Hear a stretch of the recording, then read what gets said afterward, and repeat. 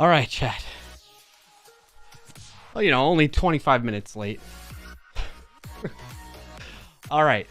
The blinds are now hooked up. So, wifey's happy. Shall we dance?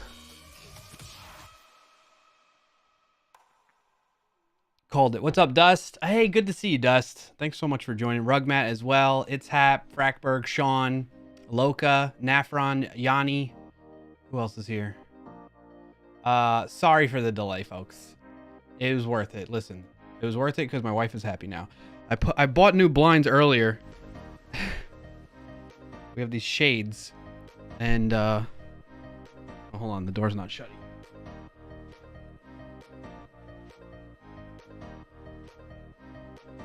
And family and friends are coming over to help. Well, the ladies of the family and friends are coming over to help bake cookies with the kiddos and stuff like that. And she's like, can you get these up before they come? And I was like, all right, fine.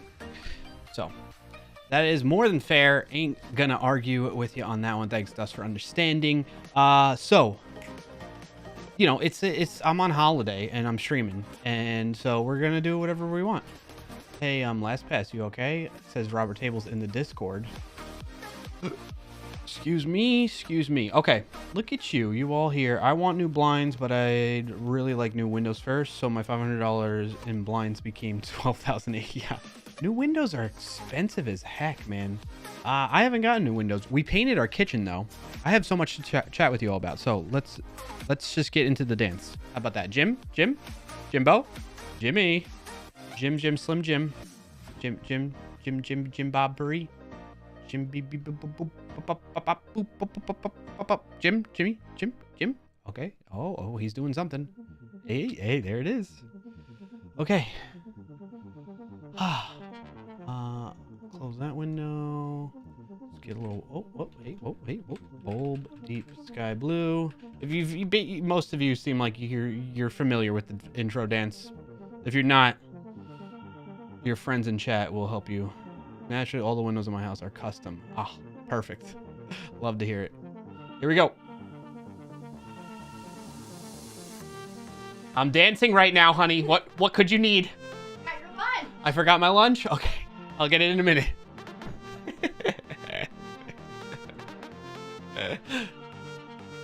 Check out the shirt.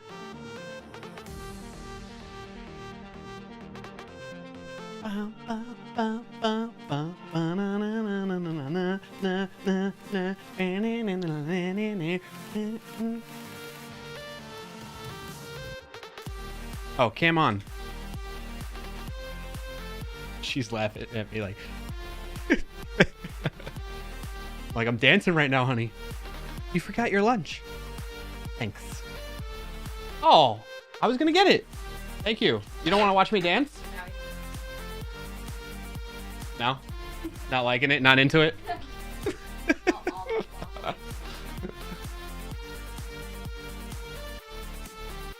And clap.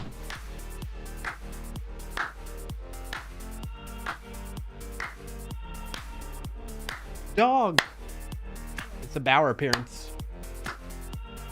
I can't believe I love this idiot. Yeah, that's what she's thinking. Awkward stairs. She didn't see this part.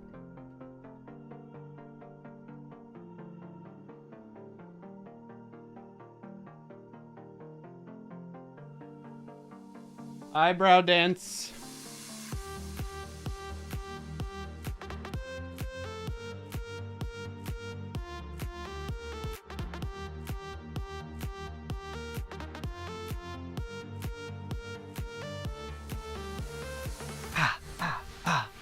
Oh.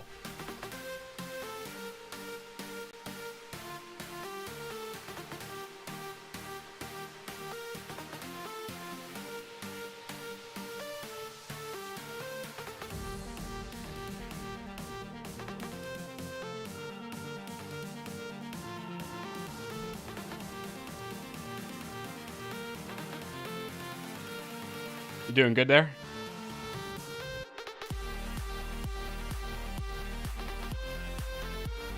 All thumbs.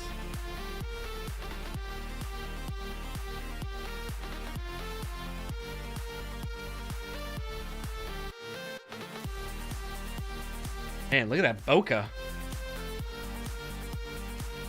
Lens looking fire.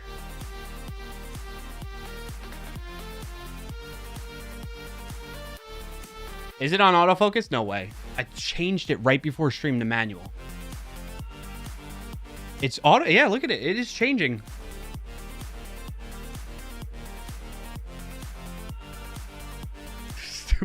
Stupid effing camera.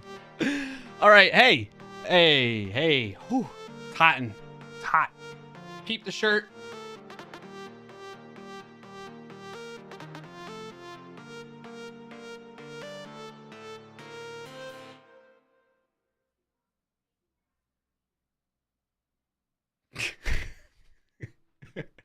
What's up, everybody?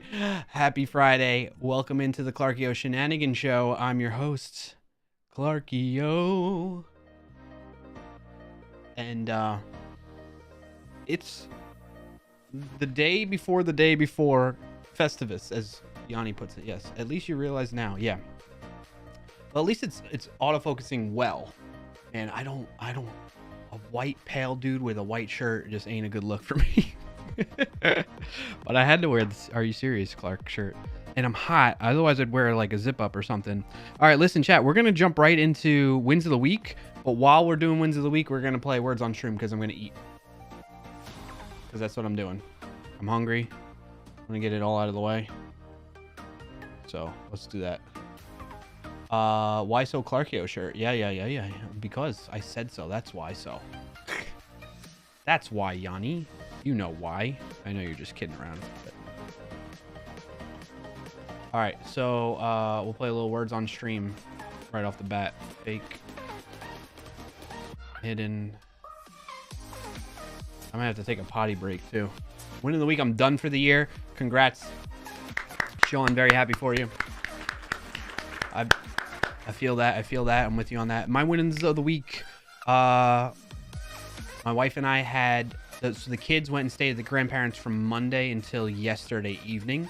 So we had... Sean stole your win of the week as well. All right. I'm happy for you as well, Frackberg. Congrats on that. We had a nice break. Oh, I forgot I had the smoothie left over too.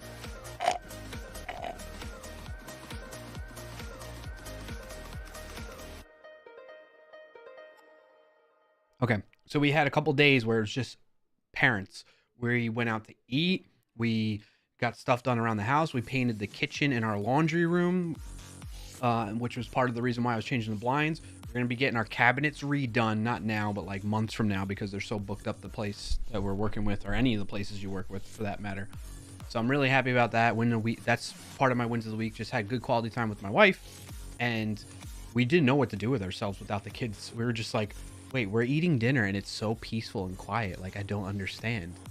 That kind of thing. So I'm very grateful for that. I'm grateful. Potential win for this week. Fingers crossed. My parents are supposed to be flying from New York, but there's this big winter storm in the north of North America and Canada area, of the U.S. I meant, and Canada. So hopefully they'll make it down to visit us for the holiday. They're supposed to fly tomorrow morning, very early in the morning. So we'll see. It's because my mom couldn't get off work, kind of thing. They're very strict at her job. She's getting to the point where she's gonna have to start considering retiring. Anyway, so that's a potential win. So hopefully, we're looking forward to them coming and being here. But it may get delayed or something because of the weather.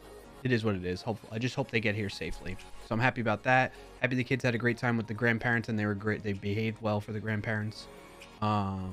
Just been chilling. I've got stuff done. I planned on coding, but I haven't coded at all. So I'm hoping to do some of that on stream today. Maybe we'll spend at least an hour picking up where we left off last stream, which is working on data modeling. But this time we'll implement CRUD operations for the API to create, read, update, delete, if you're not familiar with that kind of stuff. And that's what I have in mind. So we'll chat now while I eat and play words on stream and celebrate wins of the week. And then we'll get into that stuff. What did I call you, Frackberg? I didn't call you anything. I should have showed who the dance. Frackberg. It's currently -2 Fahrenheit there. Oh my goodness. You love that crud, Dust? Dust, congrats on all the ATEM stuff, by the way. And shout... oh, Twitch. Let me go into the Twitch one. I normally do the shout out through the shout out command, but... why is shield mode always popping up? Shout out to Dust. Go check out Dust. Dust works on the Streambot type of software called ATEM, AITUM, which is really cool. And they've had some great... I keep paying attention to the Discord, Dust. That's why I'm bringing that. It's funny. You guys just had a couple announcements go out this past week about some interesting stuff you got going on. So props to you all on that. Congrats on the progress you've made with ATEM and all that. That's a good win for you right there, in case you didn't know if you had one or not. It's Hap win of the week. Almost finishing IoT project on my own when it's supposed to be 2 other people working on it. Ooh, sorry that's the situation you're working through, but props to you. Congrats, It's Hap, on pushing through on your own. That's what it was. Yeah, the roundup from the year, I think, Dust. Nafron's win of the week number 2. I didn't see the first one yet. I'll go back and see it. Found out that I was the wake. Found out that was the Wacom tablet charging that was creating audio crackling. Oh, fixing. Well, maybe I should read the first one. Working on some end of year projects so far, working well. Okay, nice. Congrats on both of those. Audio issues, Nafron. I feel you. Audio issues are not fun, and I'm very, very happy for you and grateful for you that you're able to knock that out. It's so weird what could possibly cause these things. All kinds of possible interferences. Like your audio cables could have interference going on with them. All kinds of stuff. I was actually just messing with my audio the other day because I got work so that I can make videos without a microphone in my face like this. Work supplied a new Rode NTG 4 Plus. I was messing with that yesterday because it just came in. So I was messing with the audio on that. I think I got the settings pretty nicely tweaked so I could swap out this microphone, which is the Shure SM7B, with this one very quickly and easily, and just swap profiles on the Go XLR, my audio interface. So happy about that. And I was messing. I had like audio noise going on too, but I got it tweaked just right. Thank you. Couldn't understand it for months. Yeah, I feel that. I definitely dealt with that with this Shure microphone. Actually, I've had that issue too. Sounds like something worth testing live. We can. I'm absolutely down to do that. Yanni's win of the win, getting things done. Congrats on that, Yanni. Happy for you. Dust win of the week. Nearly finished our entire custom code environment for Atom. Nice. Congrats on all that. And thanks everybody that's shared win of the week so far. If you have more, keep them coming, even if you shared one already. No worries about it. What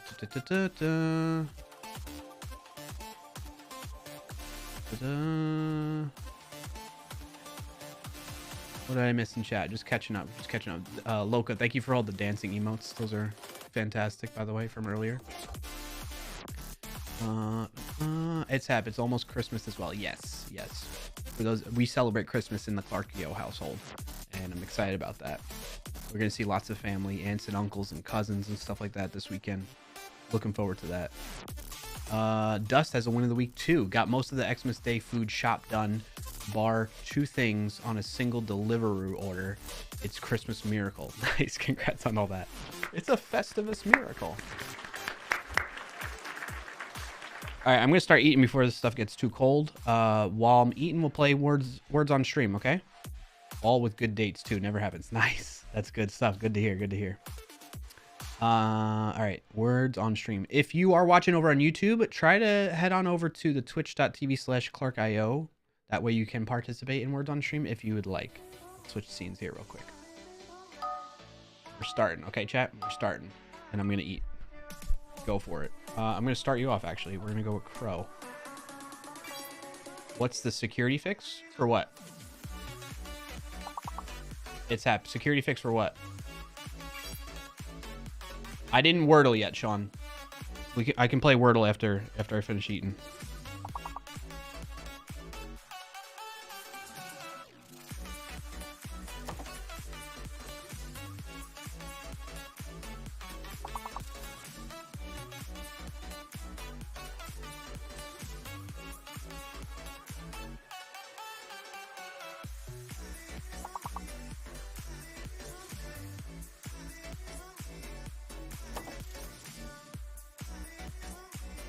Chat. All right, if you haven't played this before, because it looks like some of you are maybe not sure what to do here. You make words out of the letters that are up in the top there. That's what we got to do. Why is my phone going off? Must be people here. Nice job, Card House. Good to see you.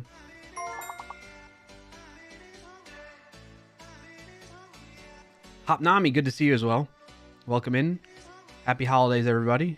Happy Friday.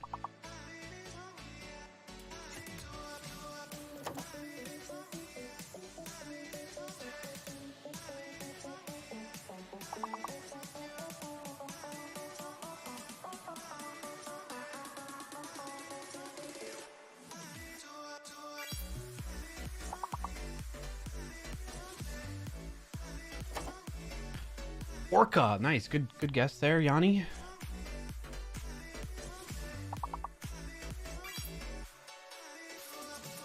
We get carb. Is carb one? Carb is not one? Yeah, we did all right there.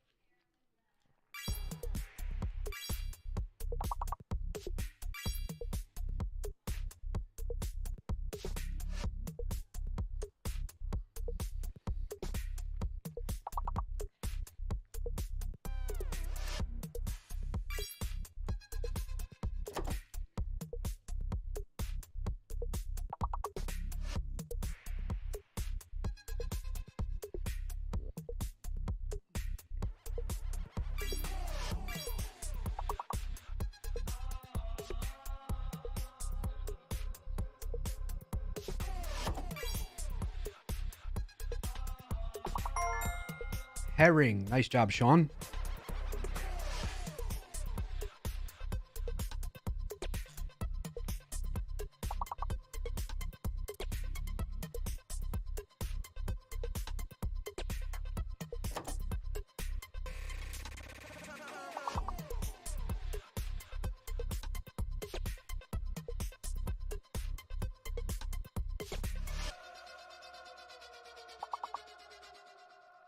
Is rind a word? R-I-N-E?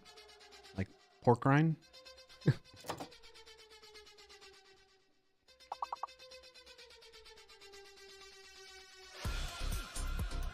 Nice job, Dust, on the nay there.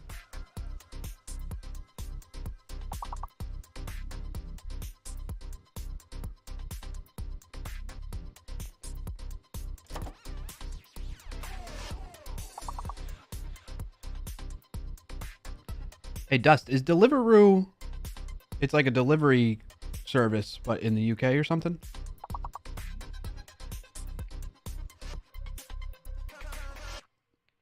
Because if you are in that region, I'm going to be going to London mid-January. Basically DoorDash, yeah? Okay, cool. Yeah, I'm going to London. I don't know if you're in that... I mean, you don't need to share on stream, but if you want to DM me in chat about it. Your Southeast London takes me 20 minutes to go to London Bridge. Okay, cool. I'm staying right... I forget what the name of the hotel is. I'm flying into Heathrow. And I'm staying about 15, 20 minutes from there.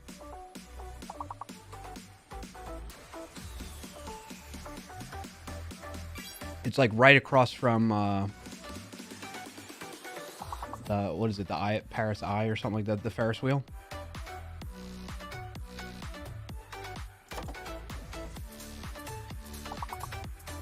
Yeah. I'm looking forward to being there, and it's for work. We're doing a big all hands kind of thing.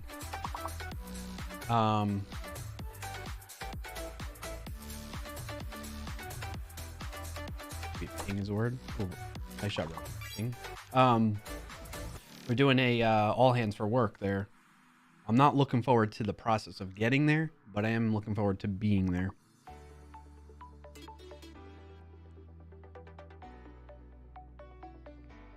Yeah, the London. Why did I say Paris? Did I say Paris Eye? I said Paris Eye. London Eye. Oh, man. I'm definitely scatterbrained today, chat. 100%. All right, food is done. Getting to Waterloo is just 25 minutes for me. No biggie. I got you, yeah. All right, what are the words? Let's see if we can beat our record, maybe. Excuse me. Camp. Nice. Why wouldn't camping be a word then? Oh, somebody already got it. Rugmat, you got it. Okay. Caping?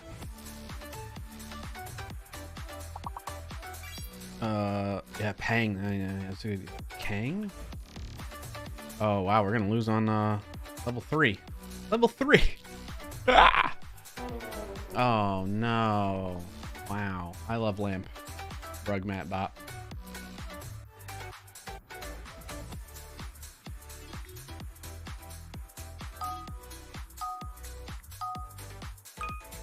All right, let's play again. Hater? Art?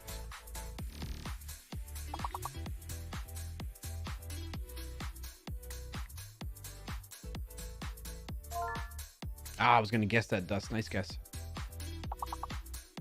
What could be the other 6-letter word?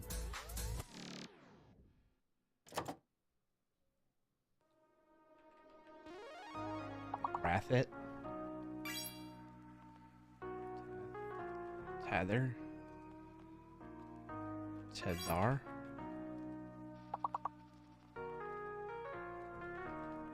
That?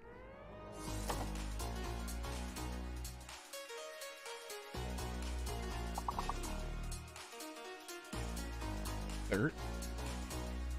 Oh, I think I'm locked right now. No, I'm not. Third. THE here.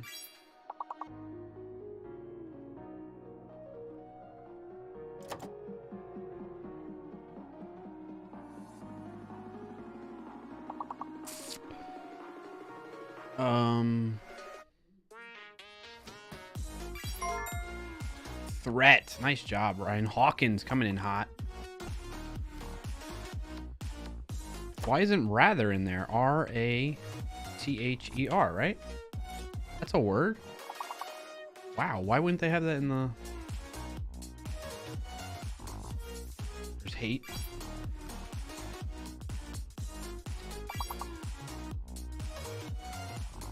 Oh, nice. Rug mat. Teat. Like teat? Like that? Like a cow sucking on the teat? 1 R tile, 2 R's in rather. Oh. Yeah, you're right. Good call, Sean. Continue.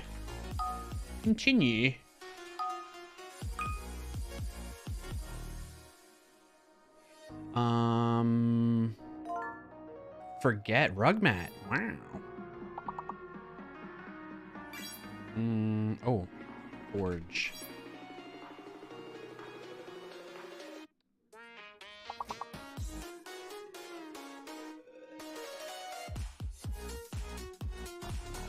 I think we definitely should be level 3 this time, right, chat? Can we do that? I feel like we should.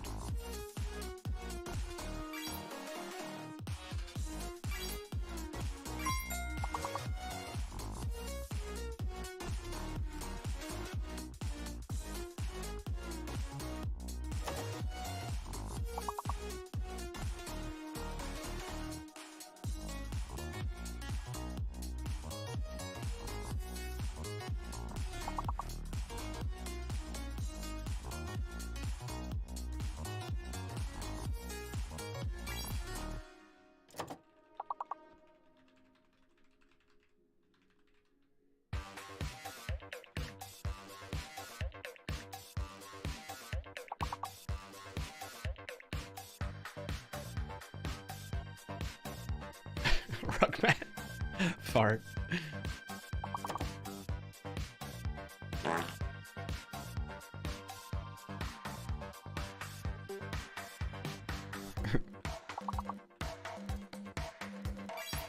Ergo.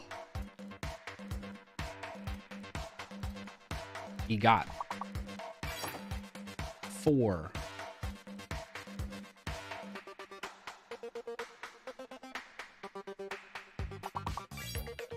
Frog. How did I not see that? Nice job, Hopnami.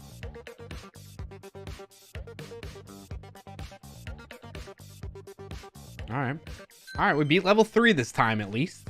Nice job, chat. Going to level 4. 5, rather. Ratter. All right, we have... What could the long word be? Something ing. Morning. Nice job, Ryan Hawkins coming in clutch with the big word.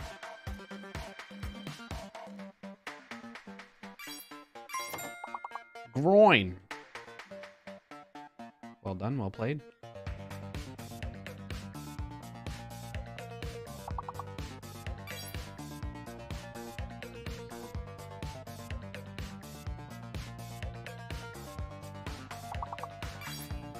Minor. Marcus. Hey, Marcus. Good to see you, buddy.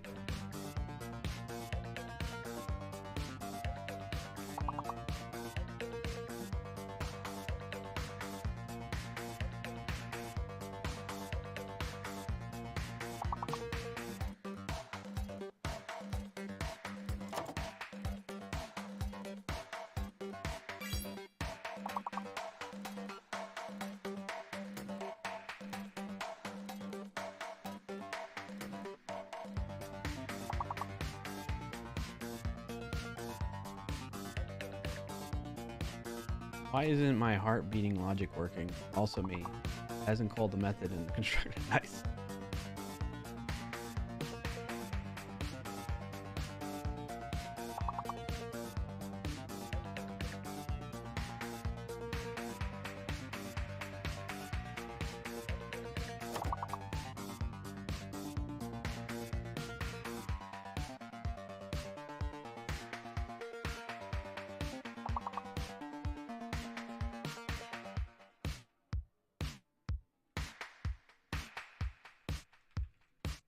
Hmm.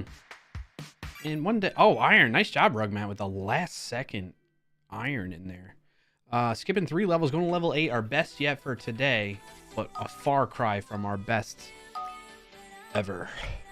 All right, we got fake letters in this one.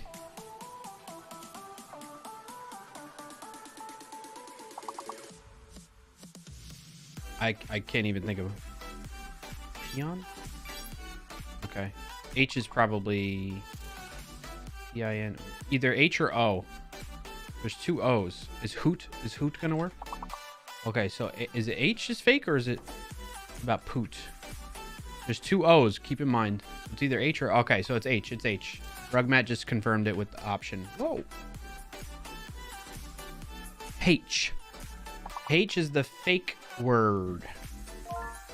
Potion. Ryan Hawkins. Always taking the top spot there. Oh, is Finite... Speaking... I felt like I was in a commentator voice there for a second. Is Finite skiing today? I don't think so. I think I saw something related to it very briefly. No op? Nope. Nah, he's at home? Okay. Fine, is at home? Okay. Working on the app. I got you. Okay. So can't do live commentary. Dang it. That was so fun last week. Hey, what's up, Jay Goes Gaming? What is this? This is called Words on Stream. Something we do before we get into the programming part of or segment of the show. Welcome in. Happy to have you here. Basically, the letters that are on the screen in that top that keep rotating right above that teal progress bar, you got to make words out of those, and you get points for that. We work as a team to try and reach the goal, which is in the top right-hand corner. And the higher levels we get, the better. We get to keep playing. If we don't pass the goal, then we can't move on to the next level, and we lose. Apparently, no op is not a word in this game. Tune, or somebody got tune. What about newt? N-O-O-T. Topi. Rugmat. Is that a real word? All right, we only missed one 5-letter word there. Good round, chat. We're gonna skip 3 levels, go to level 11 now. Topi, a lightweight helmet-shaped hat made of pith, or cork. Okay. Hey, shout out to Rugmat, Ryan Hawkins, myself, Dust, Sean 08. Top Nami, Marcus, and Yanni for helping us get this far. Let's keep it going, chat. Let's keep it going. All right, we're going to deal with another fake letter here. I'm going to go with punk. Let's see if that works. Okay. I think N might not be... I think N is fake. I'm going to say N is fake. We can probably try puke now. Yes, puke works. Okay.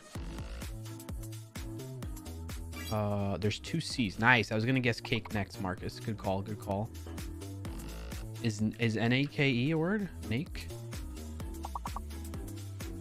Cape. Got that one. N is fake. Nice job, Rugmat, with the cupcake. Is C-A-C-K like cackle? Cack? No. Ace. There's a U in there.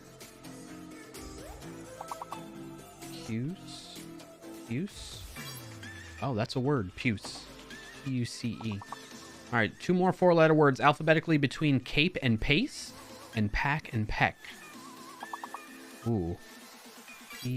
Peak. Nice job, Jay Goes Gaming. Look at you. Coming in, not knowing what this game's about, and you're already scoring. Points on the board. Thank you, Jay Goes Gaming. Appreciate the help. All right, 1 more 4-letter word alphabetically between cape and pace. So it's either a C-letter word or maybe an K. Okay. Case. Cease.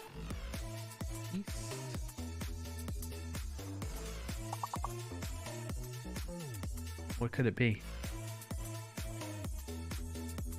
Man, I wish I knew where that was. Well, good job, chat. We just skipped another 3 levels. We're going to level 14. Hopefully, we can bypass level 16. So, we're going to make sure we either go 1 level or 3 levels. Hey, thank you for the follow, Venom. Welcome in. Happy to have you here. Let's keep it going. We're going to go to the next round. Thank you so far, Rugmat, Ryan, Hawkins, Dust, Marcus Voice Programmer, Sean08, Jago's Game, and Hopnami and Yanni. So far, getting us to level 14. We're closer to our record. Without cheating, we've gotten to level 27. With cheating, we've gotten to level 28. And by cheating, I mean an anagram solver. These are called anagrams, in case you didn't know. I didn't know that prior to learning this. All right, we have a fake letter and a hidden letter now. So let's try and weed them out. I can't even think of a word with the letters that are here. Pinnacle, nice. That's a good guess, Dust. Zinc, that's not working. L-I. All right, L-A-I-N is in there. Clean. Cane. Clan, okay. So we know one C is in there. We know the L, the A, I'm not. So Z might be fake. Z or C is fake. Clang, maybe?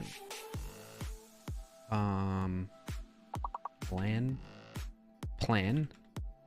I'm trying to get what the hidden letter is. Flan. Clay, nail. Y is hidden. And I think we still don't know if there's a double C or a Z in there. I don't think anything's worked with. Is lazy? Lazy should try. Hidden Y. Yeah, we got that. Nice job. What about lazy? I think Z is fake. Z is fake and the double C's in there. So we're going to go. We got a hidden Y. It's like laney.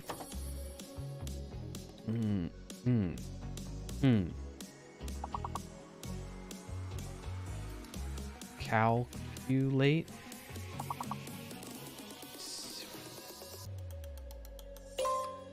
Yeah, we were right. We figured out the hidden and fake letter, but these, like, what words are we gonna get out of this? Clan. You already got clan. Milk. Just make up words. Oh, I don't think we're gonna get this one. That was a hard level. 14 is normally not that hard. Or you know what? 14 is probably within that range of 14, 15, and 16. You know what I'm saying? All right, let's play another round. Play another one. Then I'll do the Wordle. Oh, right off the bat, surf.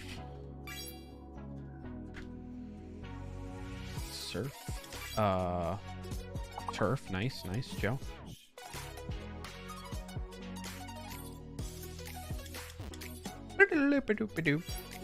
Sulfur. Dust. Nice. There's a 7-letter word. 8-letter word. All those letters turn into some 8-letter word.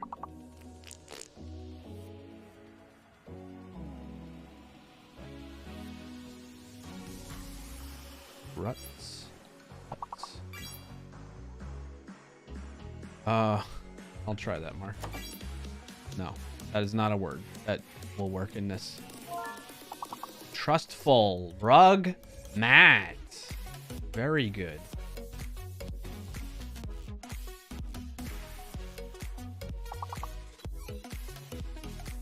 Tuft. Ah, yeah, that is a word.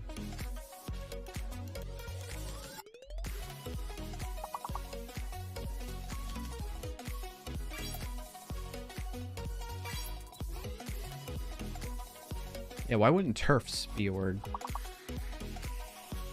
We went and built out a bunch of turfs.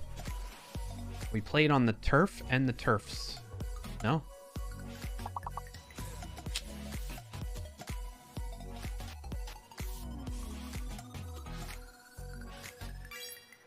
Furs. How did I not see that one? That's a good. Futs. Ruts. Luts.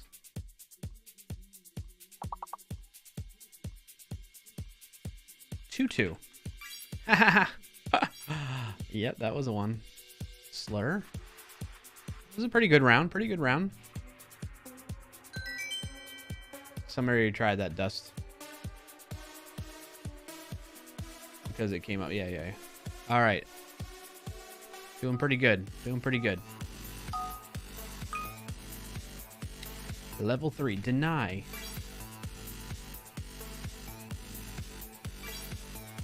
Body. Obey. Bendy. Bend. Bone. Or done. Bone and done. I can't guess right now. There we go. Somebody tried done. Bond. Bode. Nobody's gonna take done from me? Go ahead, take it. Type it in. I'm locked out right now. Joe, you're locked too. So if you get, that's something, since you're new to the game, Joe, or Jay Goes Gaming, sorry, Jay.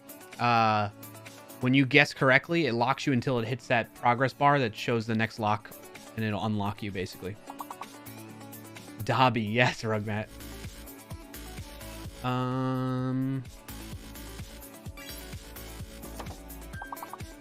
Node. All right. We got 2 5-letter words, 1 4-letter word. The 4-letter word is alphabetically between done and node.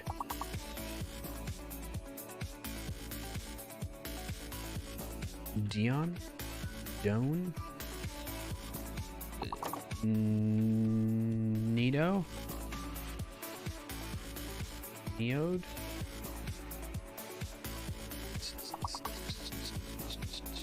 What about Boney? Oh, man. Bonnie? Dunny? Yodel? Yode? Yon? Yob? Boy? O'Day? Okay. Skip 2 levels. Okay, we're gonna go to level 5 now. There's people at the front door. No problem. That's expected. Continue. Debony. All right. Wow. Triple A.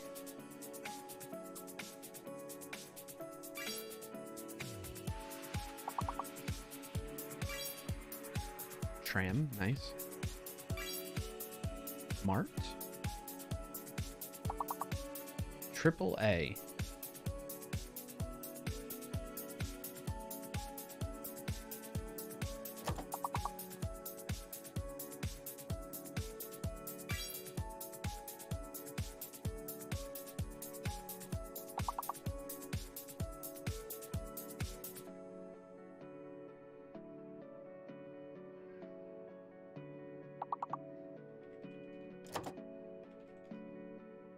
Oh, somebody got harm already. Mart.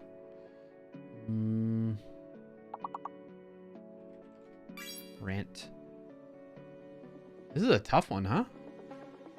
What could be this triple A? Then, nice, Marcus. Tarn. We reached our goal, at least.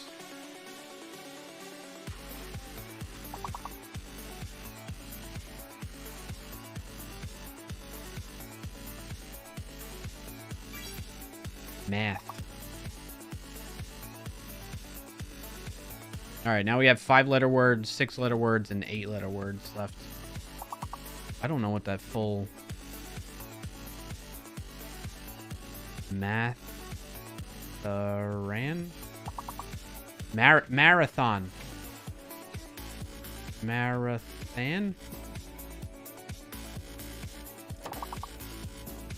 mantra. That's a good guess, Rugmat. Well played.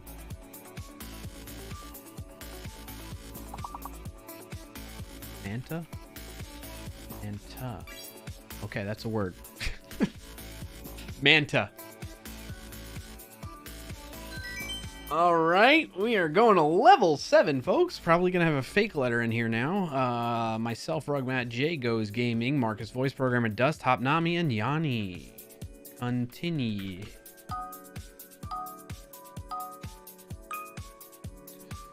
All right, we do have fake letters now. Gain? Lane. Oh. King. A might be fake. Or L.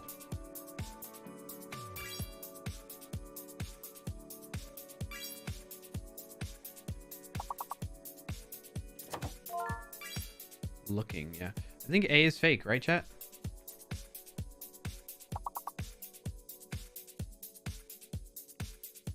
Marcus, oh, you already got Link. Gonk. Oink. What? O-I-N-K. Why didn't that work? That's why I was locked out. Oink. Oink, oink.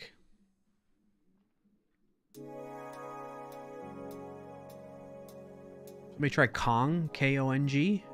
Like King Kong.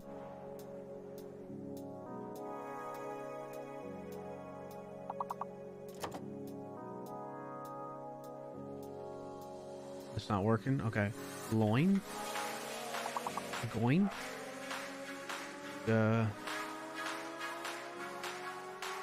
Newell. Loon. Haha, you're a loon. Looney Tune.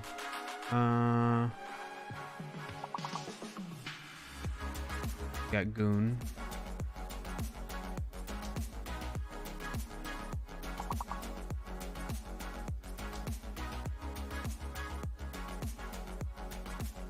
Giln.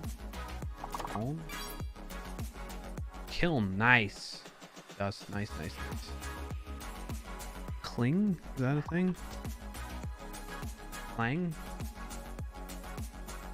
We already got Loon. Nice job, Jay and Marcus. Hey, Kilo. Ryan Hawkins with the last second score right there. We are going to level 8. Okay. Let's keep it rocking and rolling. Logo. That's a good guess. How did we miss logo? Yeah.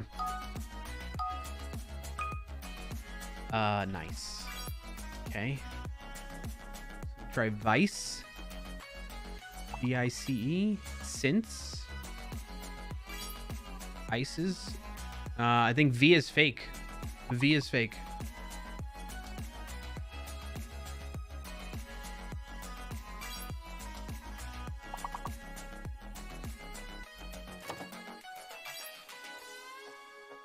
Sign.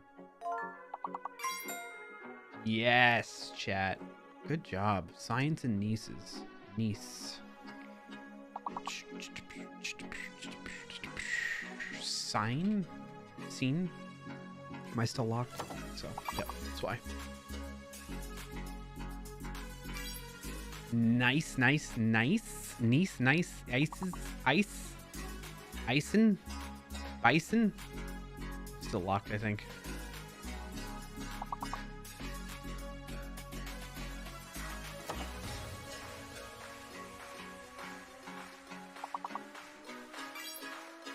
Oh, scene.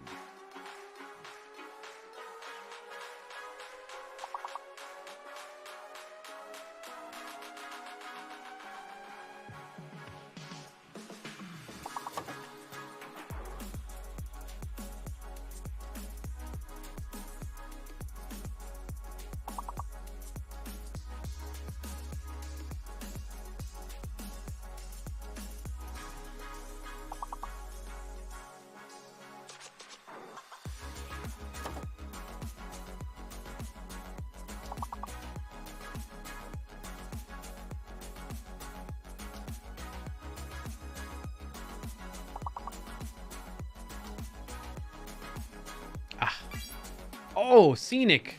Man, we were one away. That was a good round.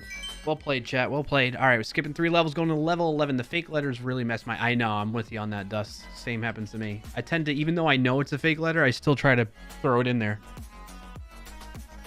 It's a real tricky game like that. Fire. Somebody try Dire, D-I-R-E. You can try Grief, G-R-I-E-F.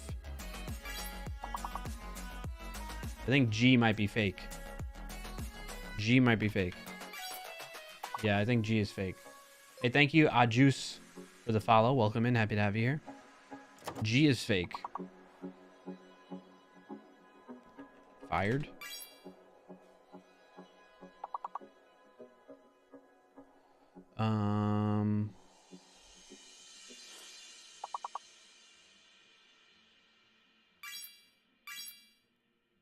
There's 2 F's.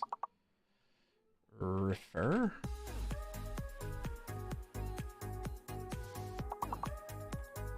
Reft. Rift. Nice. I was going to be close to guessing that next. There's another one alphabetically before Rift. Differ. Ryan Hawkins. Clutch. All right, we're 3 points away. One more small word, 4-letter word. We should be fine. Fife. Boom. There it is.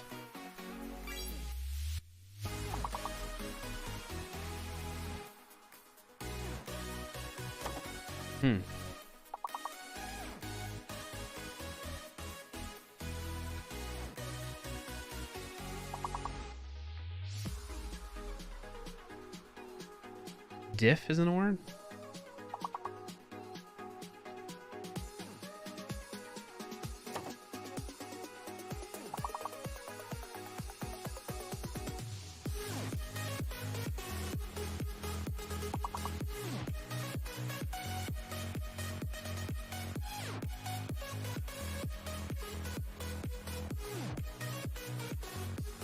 Dust, me and you had guessed arid.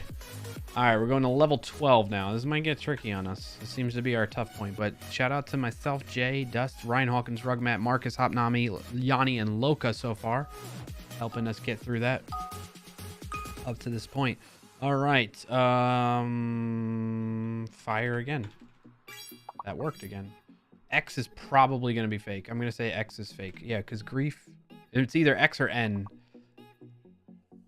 Let's see if fine works. Somebody guess fine. F-I-N-E.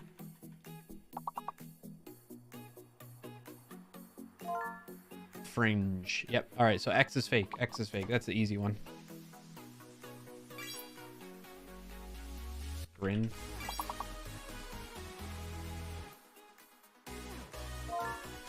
Finger. Which finger, Ryan Hawkins? The middle? Index? Ring? Pinky? Thumb? Which finger are you holding up? Gyre? Giant? Six finger. Okay. 6 finger death punch?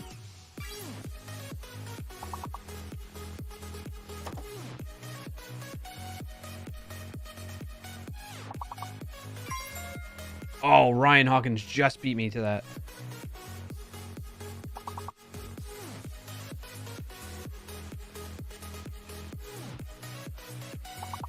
Well, at least we reached the goal. We're right at it. We're looking to skip more levels, though, potentially. Rife? Yes! All right. Rhine? R-I-N-E? Somebody try that. R-I-N-E? No, that would have... No, that's not going to work alphabetically.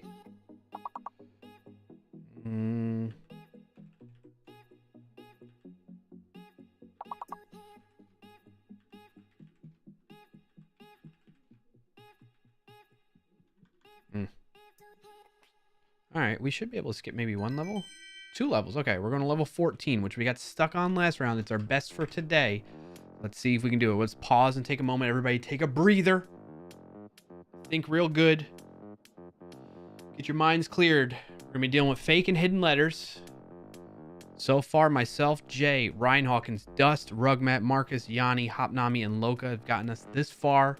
I think we can pull together as a team this round and beat our best for today. Let's do it. What is breathing? It's like this. Like that. All right. Ting. Boom. So we don't... Either the V, the O, or an extra N might not be in there. We gotta get that. Vino? Maybe... Did somebody try Vino? V-I-N-O?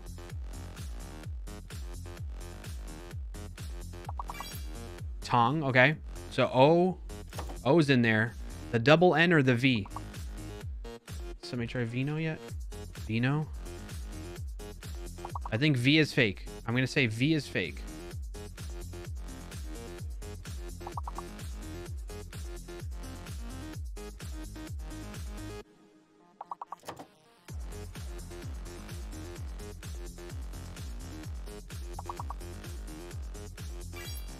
Noting. Nice, Ryan Hawkins. N-O-T. So you got the double N's in there. All right, what's the hidden letter, though? Bing. Ping. Ring. Nothing. H is hidden. H is hidden. H is hidden, chat. Throw H's in there. Ingot. Nice job, Johnny. Hidden H. Hidden H. So, thing. Hint. Hing. Hong. Thong. That was one. Hey, listen. You heard how I got to that word, okay? All right, we need what? 5 more points. 5 more points. One more word. Goth? G-O-T-H? Did somebody get goth already? Why didn't that work? G-O-T-H. Was I locked? Noth?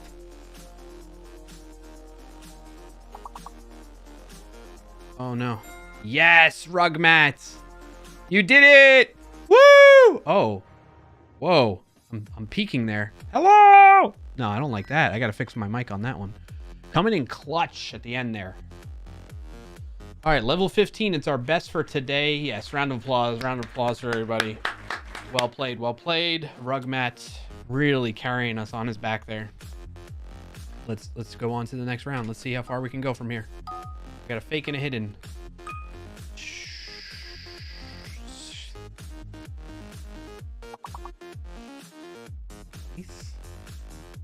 Race.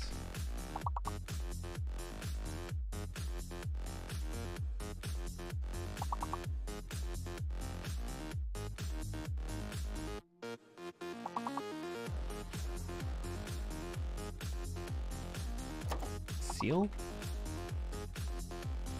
Is R fake? I don't know. I don't know. Lice? Lice should work. Rice? Liar. Okay. Maybe C is fake? C might be fake. I think C is fake. Trial? Tile?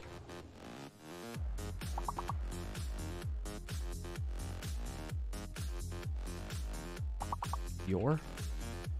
Or? What's the hidden letter? I might be fake? Oh, no. Lure?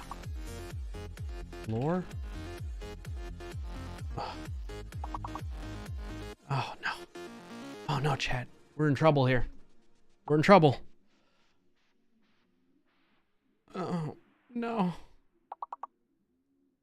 What? I'm at a loss. Oh, rely. Ryan Hawkins. At least we got 2. Oh, there's an extra E? Real. Lear.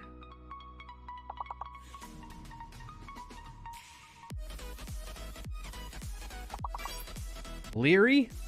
We're 10 points away. Cleary? Oh. Hey, we did a fine job. We beat our best for today. Level 15, we'll take it. I'm gonna play the Wordle now. And then we'll probably come back to this. We're gonna exit that for now. See, best yet, level 28, but that was with cheating. I had an anagram solver. Level 27 without an anagram solver. All right, let's play the Wordle for today. Nobody spoil it for me, okay? I haven't done it yet. I think my mother-in-law, I'm always competing with on this. She managed to complete this in 3. So I got to beat 3 or tie. It's not farts? Okay. Well, I always start with farts, so. If you haven't played this before, I'll explain. Oh, wow. Okay. This is good. So basically, if you haven't played this before, you got to guess the word. It's a new word every 24 hours. I always start with farts, and it gives you hints along the way. You get 6 tries total to guess the word. If you don't get it in 6 tries, you lose, essentially. But you want to try and get it in as little guesses as possible. And I'm off to a fantastic freaking start, because what this tells me now is F and S are not in it because of the gray background. A is in it, but in the incorrect position because it's the yellow background. And R and T are in the correct position and in the word because of the green background. So A either goes here or here.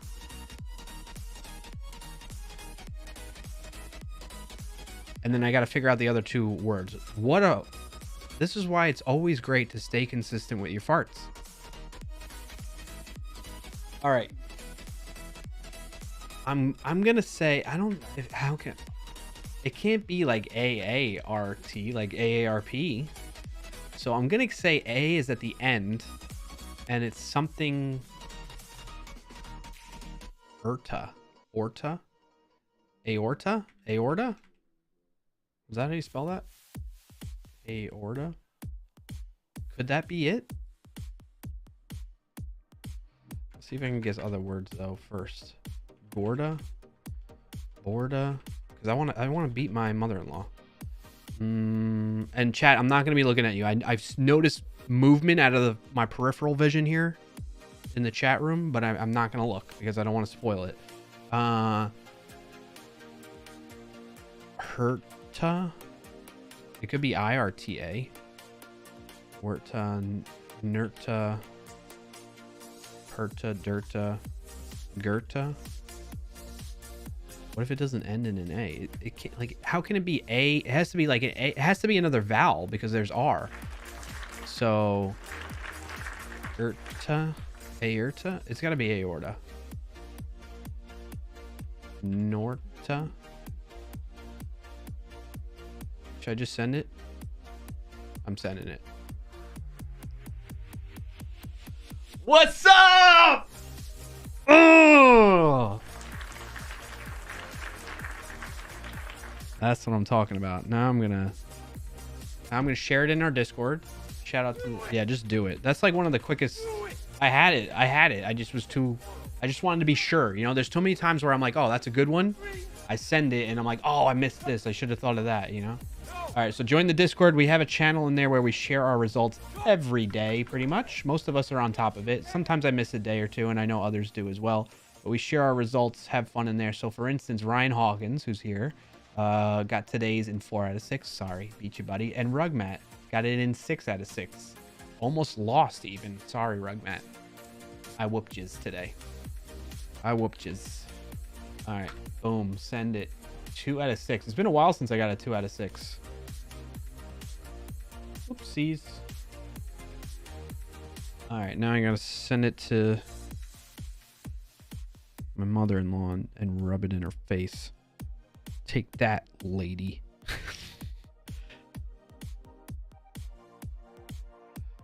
Where did I put it?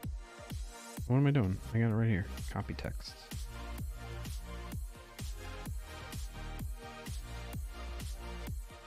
Read it and weep, miss. Booyah.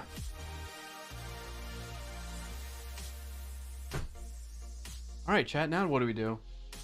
I nearly got that in one try. One day it will be farts. I mean, it's clearly in their dictionary of the word, like one of the words in the Wordle bank, you know? So at some point it's got to be farts, right? They're going to run out of 5-letter words. They're going to have to... Cookies are... Oh! What?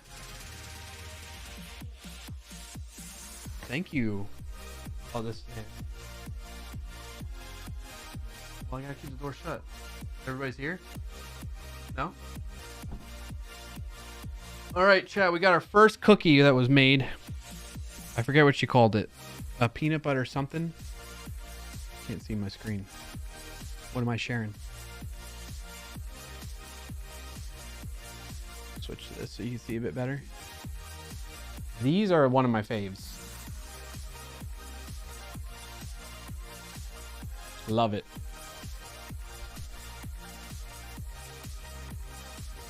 Mmm. Mmm. Mmm. Mmm. Oh, good. My mother-in-law says lucky. I did it on stream. It was not luck. It was skill. She said her second guess was porta. P-O-R-T-A. I don't even know that's a word.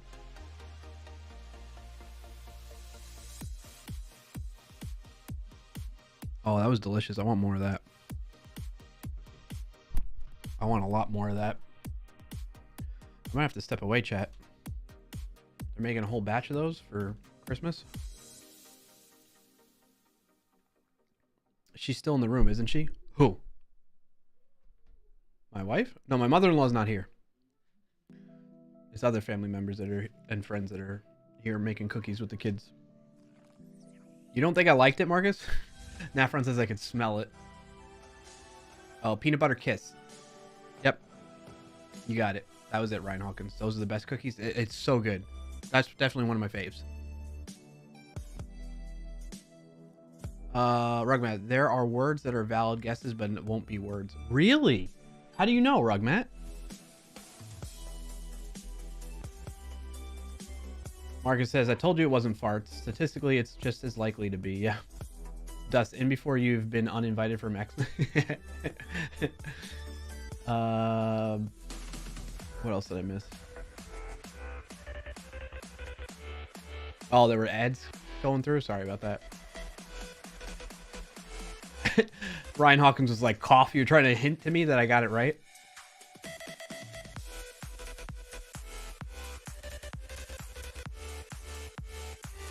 Oh, I see now, Marcus. You said it's not farts earlier. Very good. Very good.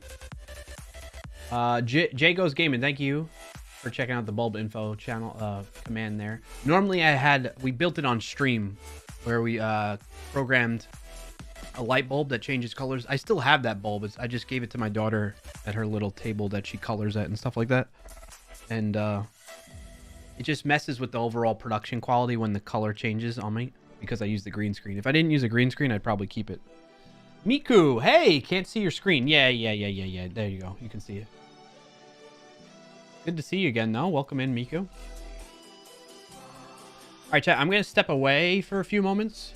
I'm going to let you all play Wordle while I'm gone. And then when I come back, we'll get into the technical portion of the show. Okay? I might get distracted with cookies, so it may be a bit. So if you hang out and I see you when I get back, great. If not, have a good rest of your Friday weekend. Happy holidays for those of you that celebrate Christmas. Merry Christmas to you all this weekend. And again, this is if you're not coming back when I come back. If you're hanging around, you're going to keep the tab open and listen in the background. I greatly appreciate that support. Get your lurk on. But totally understand. Use your time wisely. If you don't want to waste it on me, I can understand. So yeah, this may be my last stream before the new year. I might stream one more time on the 30th because my parents, I think, are going to be gone by then and we're not going to have anything going on. So I might have some downtime to connect with you all again one more time before the new year. All right. All right. I'll be back in a few. Enjoy playing Wordle. Not Wordle. Words on Stream while I'm gone. Let's switch to that one.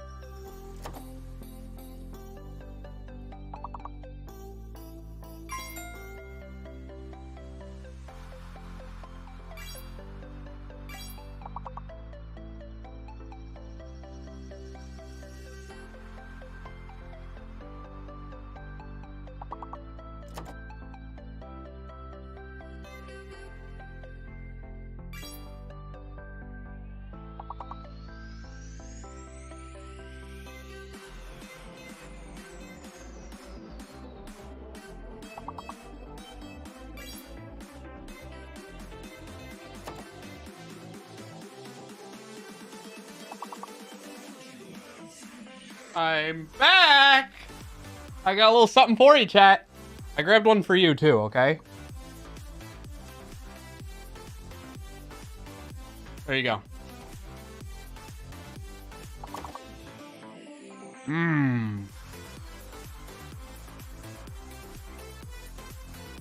Mmm.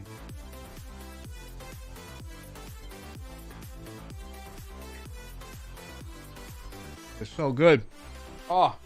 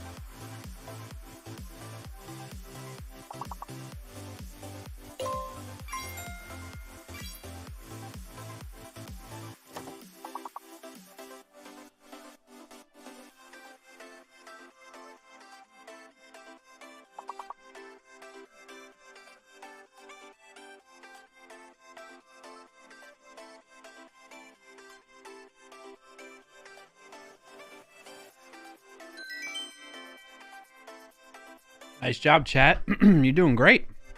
I gotta figure out my clipping issue. You know, like, that's too much. Normally I have it under control. Must have messed up some settings.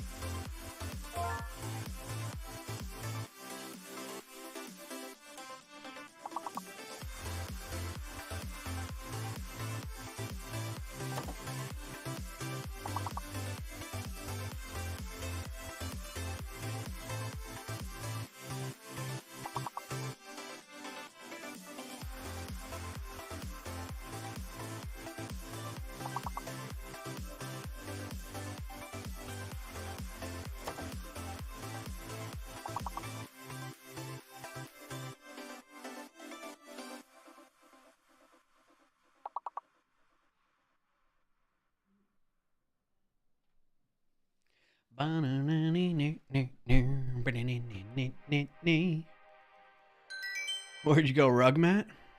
Chat, you were killing it without my help. Nice job, chat.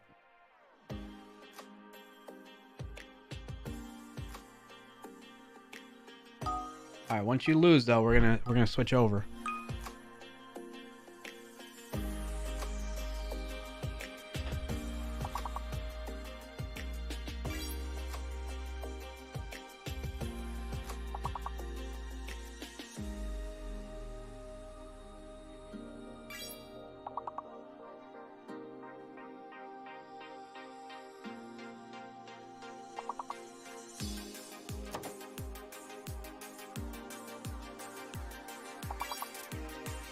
Puree.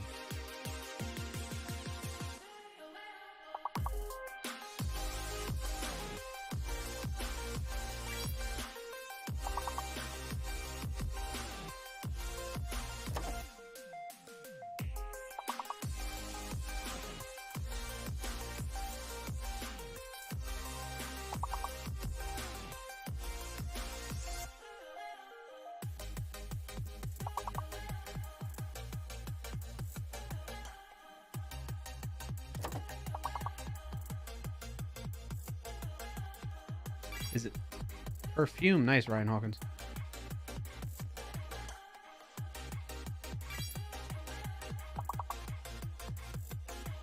F is hidden? Oh, I don't have that up right now. Do we know what the fake one is?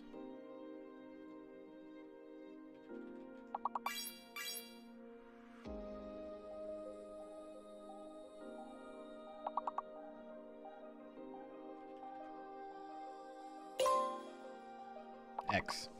That was an easy one, Brian.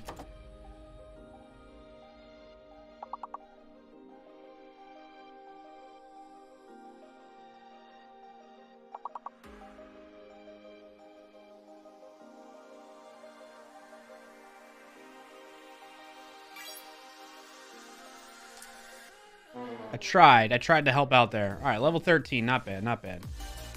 Nice try, chatterinos. All right, that was fun.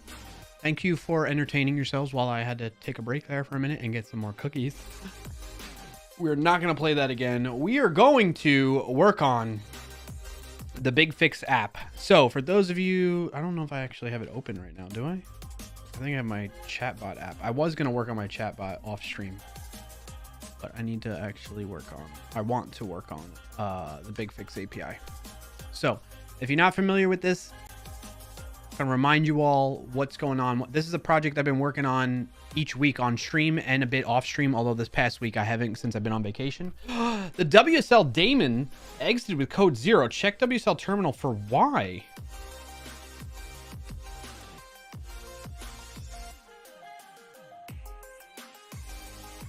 Multi-distro support available. Enable. No shell environment set or found for current distro. You know what? I did WSL update earlier, but let's retry.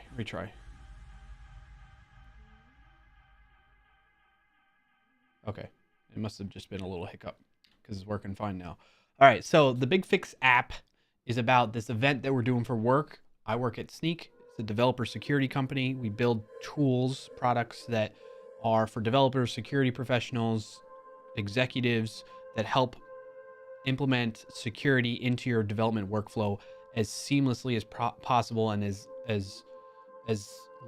least intrusive as possible for developers. I personally used their products before even joining here, so I'm a big fan as it is. But anyway, I am a developer advocate at Sneak, and we have this event coming up in February. It's going to be for the whole month of February of 2023.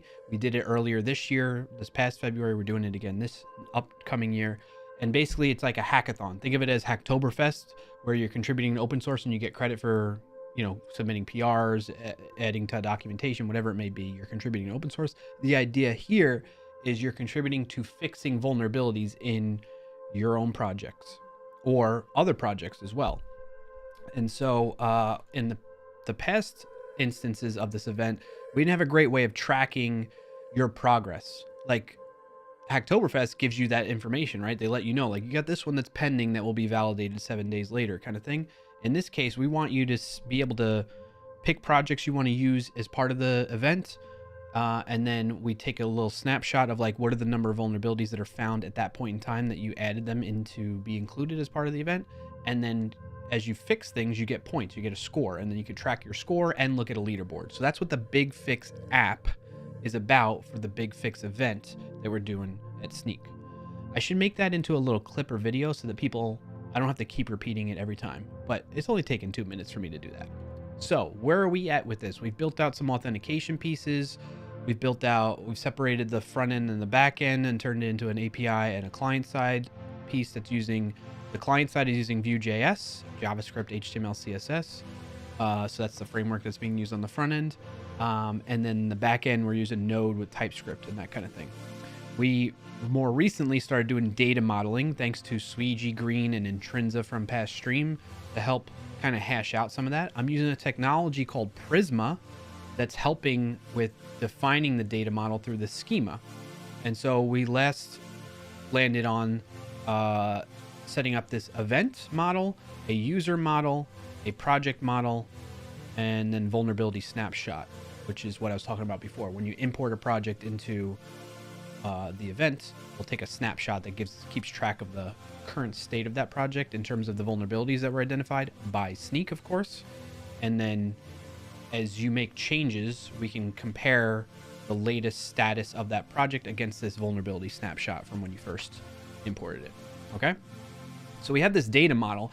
So what I want to do is, I think the next steps from here, and did I put it in the to-do list here? Add CRUD scripts to interact with the database for user login using the Prisma client. So the idea here is right now, when you go through the login flow, although I don't know if my colleague added a change or not. I'm going to hide my screen real quick.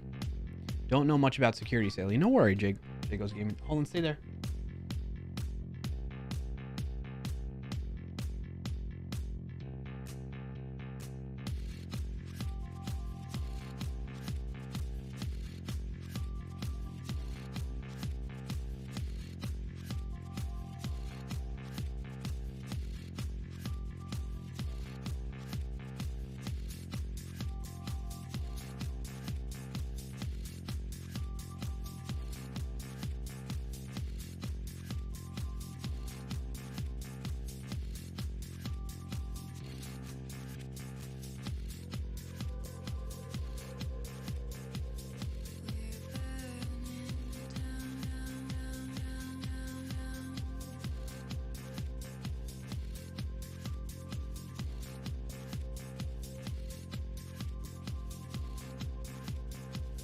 Oh, there was quite the fiasco there for a second.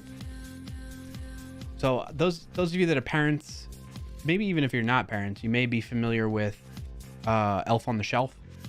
We have one, and apparently one of the folks that are here helping bake bumped into him, and the whole story behind Elf on the Shelf is if the kids interfere with the elf while they're in their place, then they lose their magic.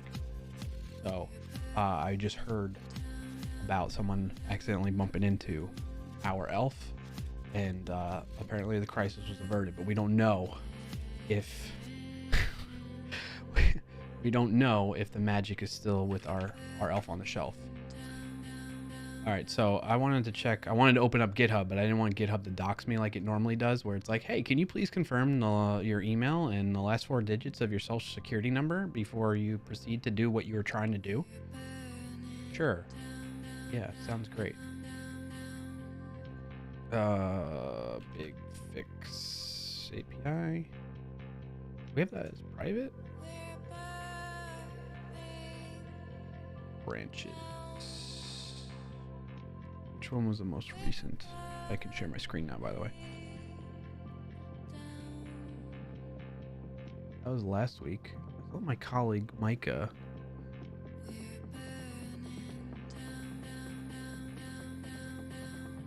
Unless it's gonna make me log in if I go to this. And github.com/safeLabs/guy. Pause. it's not found. All right. Marcus says volume broadcaster avatar clarkio live playing software. What is this?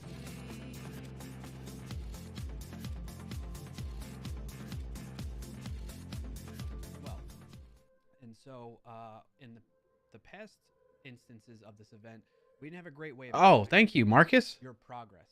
Like, save that. Hacktoberfest gives you that information, right? They let you know, like, you got this one that's pending that will be validated 7 days later, kind of thing. In this case, we want you to be able to pick projects you want to use as part of the event, and then we take a little snapshot of like what are the number of vulnerabilities that are found at that point in time that you added them into. There we go. Included as part of the event, and then as you fix things, you get points. Thank you, Marcus. Appreciate that, man. Everything for your stream on what? No, you're getting timed out. Thank you for following Reaper Berry. Welcome in. Happy to have you here. Jay Goes Gaming. Don't know much about security, sadly, but don't worry about that. I consider myself. Hello? Did the bot stop? Am I still live?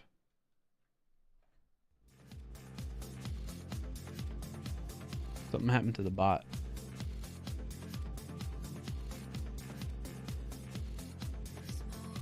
We're still live. Okay, thank you, Marcus, for confirming. You hear me? Okay. Something happened to the bot.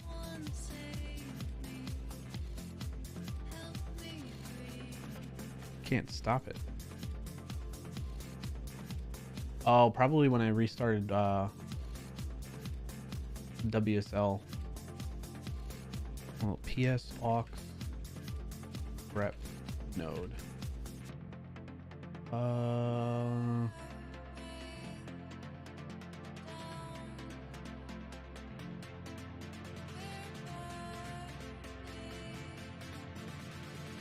Everything's VS Code server that's running in Node. Okay, so it looks like it completely stopped. All right, I can close that one then. Clear, cd that, VM run, start WSL. And the bot should be back up and running in a moment.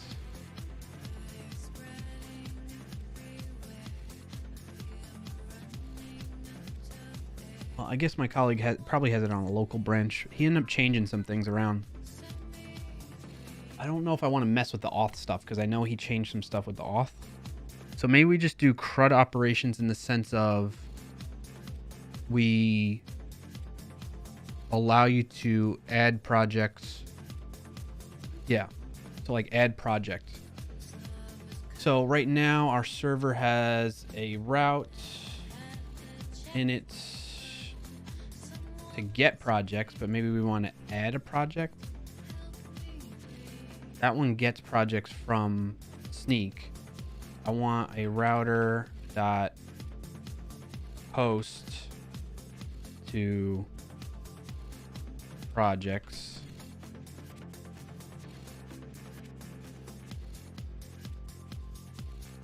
And that one's going to require auth. I should probably branch from this too, right? Why am I messing this up? And we're going to say function request express.request res, which is just response, and then that. And now this is where I'm going to want, I'm going to want to, inside here, to do add create operation with Prisma client. So I need to like look that up, but that's kind of what we're going to be doing there. And what that'll do is it'll essentially say, hey, for this user and this event,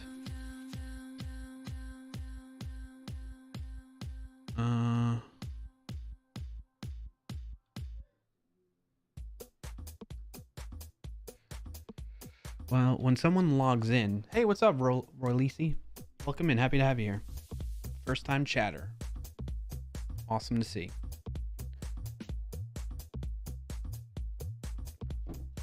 So when someone logs in, I think I might have to start doing that. All right, let's do a branch. We did data. Well, we're still part of data modeling with this, right? No, we did the data model. I don't know. I'm confusing myself. I should branch again. Let's branch. Create new branch. Crud. We'll just say projects. What do we want to say? Add projects. Yes, I saw your face in that caption and I dared to touch it. Don't dare join. You did. I gotcha. Clickbait for the win, right? Well, welcome. Happy to have you here. If you have any questions, feel free to ask them. Very warm and welcoming community. And we're happy to have you here. Let me know if I'm pronouncing your name correctly, too. I want to get that right. Royalisi.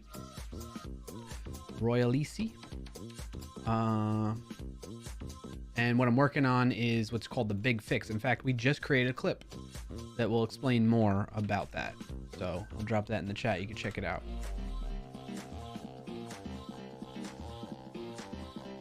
Cool. Actually, let's do it this way so that YouTube gets that as well. Because we're live over on youtube.com/clarkio as well, if you prefer to watch there. Okay. All right, so we want to get the client running. So let's, or built rather, cd into client. And then npm run. What do we have in there? npm run build, which is gonna build and watch for me.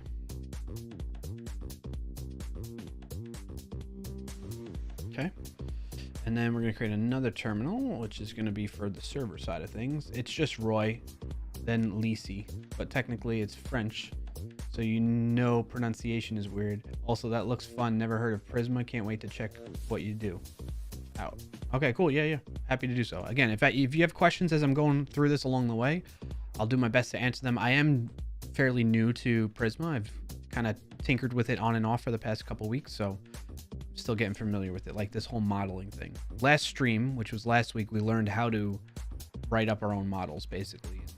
And it kind of intuitively, once you have the extension in VS Code for Prisma, by the way, that greatly improves the experience with this, because I was able to say, hey, on this event, I want it to have multiple users, and I typed this out, and then it automatically updated the user model for me with this an event like that, you know? So King Lisi, yeah. Khaleesi? Is that, I'm assuming that's a Game of Thrones reference you got there, Jay? All right, we're going to cd to the server. npm run, what are my scripts there again? npm run dev.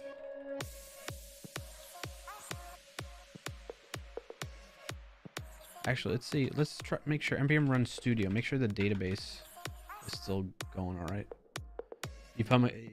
You've become a Game of Thrones reference. Yeah. Opened up in that browser, unfortunately. We're gonna go here and there. We should still have. We don't have any user? We have an event. Okay. But we don't have any users for the event yet. Okay. That's cool. I'm going to open up another one. I'm going to cd into server again.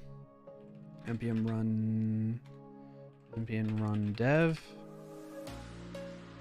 Okay, so now we should be on localhost 3000. Localhost 3000. I'm going to say I want to log in with alt0. Say Brian at clarkio.com.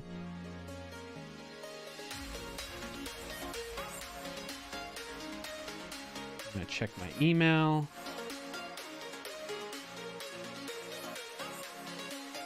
Got the link. I'm going to copy this link. Paste it in here. All right, so now I'm logged in. But that didn't quite work, it seems. Fudge.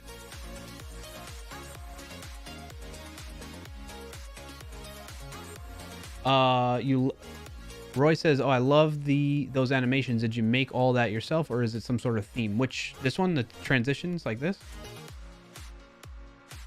Is that what you mean? That I, a long time ago, either purchased or it might have been free off of one of the streamer, like there's Nerd or Die, there's Visuals by Impulse, there's Owned, And there's a couple other of them. Oh, the login stuff. The login stuff. That's Auth0. So Auth0 is pretty cool. It does, well, now that I'm logged in, it's not going to show that, but Auth0 does that. Auth0.com. Auth0.com. This just became a job. Dubsman with the 45 months. My goodness, man. Thank you for that continued support, Dubsman. 45 months, almost 4 years. Happy to be part of the Clark show. Yeah. Sean, you still have the Dubsman? You're still sub the Dubs? Wow. Thank you for following, Roy. Danish is here. Did you know you were live? Didn't know you were live today. Of course. Danish, it's Friday. Good to see you, buddy. Sub to Dubs. Sub for Dubs. Sean, eh? Yeah. So yeah, this is Auth0, Roy. Highly recommend them to handle your authentication needs. I'll say it again. I've said it before and I'll say it again. I don't want to write my own authentication into my own app. I don't want to be responsible for storing usernames, passwords, any of that stuff. Hey, Danish. I'd rather outsource that to a company that their business relies on them getting it right for such a sensitive area, sensitive thing to be doing, and a very important thing to be doing. So Auth0 is one of those companies that I would go with. So Roy says, I meant the front end animations. Yeah. Auth0 is doing those front end animations for me. If I do this and I go localhost 3000 and I click login, this is Auth0. That was all Auth0 right there. That animation that you saw. I did none of that. It's just built into their stuff. I just configured it through my account kind of thing. Sean says, I mean, hell, LastPass can't even do it. That's true. Yeah. For those that don't know, LastPass vulnerability. They just recently disclosed something. LastPass vulnerability. Attackers with access to user data.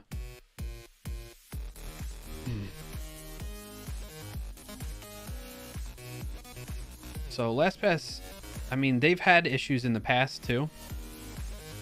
But I mean, they're very good about at least disclosing it and being honest. So sure, they might get things wrong every now and then, but they correct them. So I wouldn't bash on them. This one's 24 hours. Notice of recent security incident. To our LastPass community, we recently notified what we've learned. Party gained access to a third-party cloud-based storage service, which LastPass uses to store archived backups of our production data. Okay. Very interesting. In keeping with our commitment to transparency, which is they really are. Like I have to commend them for that. We want to provide you with an update regarding our ongoing investigation. So I used to be a user of LastPass. I would probably still be one today, not because of these breaches, but rather because I end up using 1Password because it's just more user friendly for less tech savvy family members.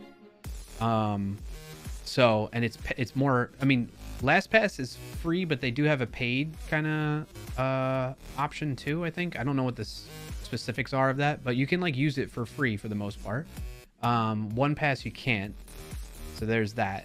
But to me, it was worth the cost to get my like I even got my father, who's very much not tech savvy, in the habit of using it and generating unique passwords and not using the same password over and over again. So that to me is like money well spent in that regard. So, and I believe 1Password has had its issues in it, you know, similar to LastPass, just not as often or as much as LastPass, to be honest.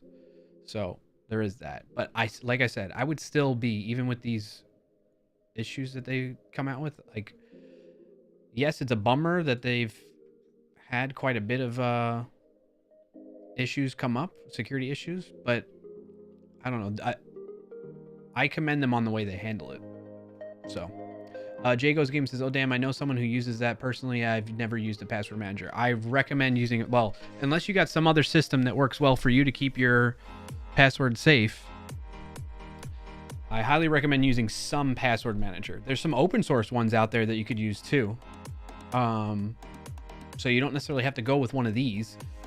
The thing is, like to me, this is a company whose business relies on them getting it right, and even when they get it wrong, they have to own up to that and take responsibility, and they are, which is good to see for the most part, from what I can tell. So again, I like, that's why I'm like, you know what, I'll pay somebody like 1Password, right? So anyway, that's my 2 cents on that, and thank you, Sean, for bringing that up, right? But that's, you made a valid point, Sean A, that even these paid companies can get it wrong too.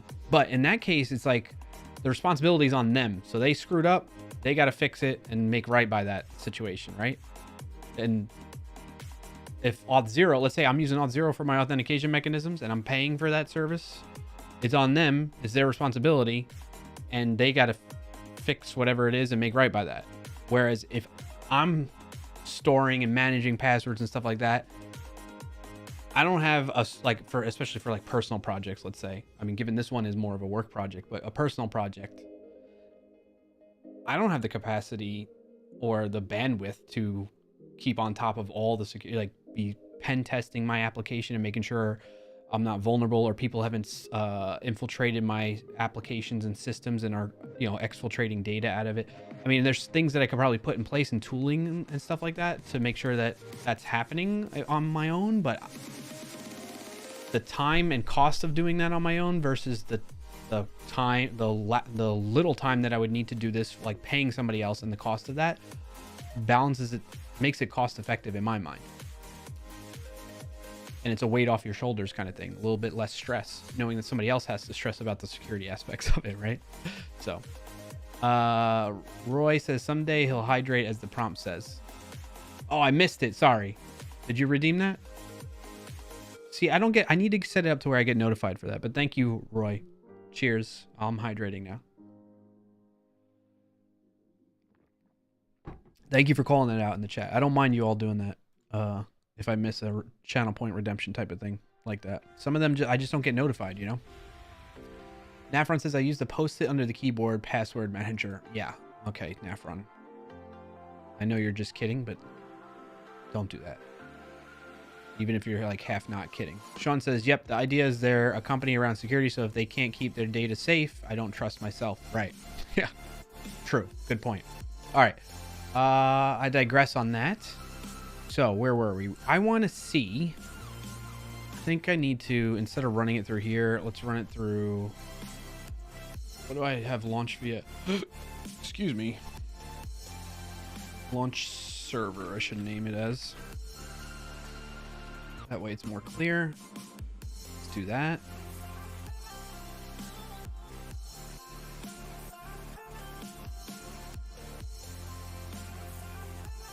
Are we running? Show me. No? What happened? Run. Why is it just like crashing right away? Process exit code 254. Why? What does that even mean, Basil? I'm not still running it anywhere else. Clear. Oh, probably doesn't know where to go to get it. I gotta tell it what directory to work it from. Directory. CWD. Workspace folder / server. That should fix it. Yeah, there we go.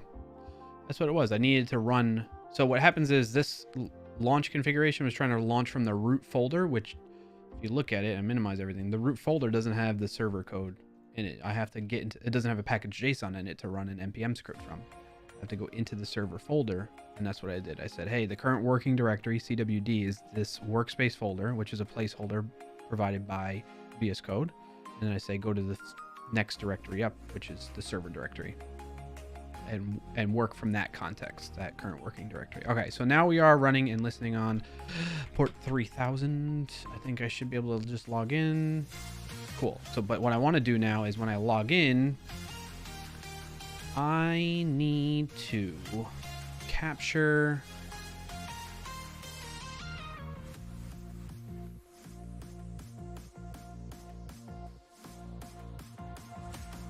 I need to capture the login state. Is there a way I can tap into that and then I can store it in the database for this? I can create a user, right? I can say, hey, is there a user with this ID? And then if not, create that user so that we can keep that authenticated state moving forward, right? I'm pretty sure my colleague did this work already though. Fudge. I need to check branches. So we're gonna do a little investigation first. Let's clear that. We can leave that running. We're gonna stop actually we want to stop it all from running. Clear. CD get branch -a.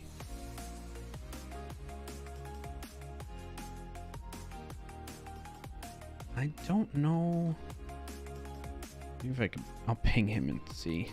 He might be around today. I don't think he took off. Hey, dude.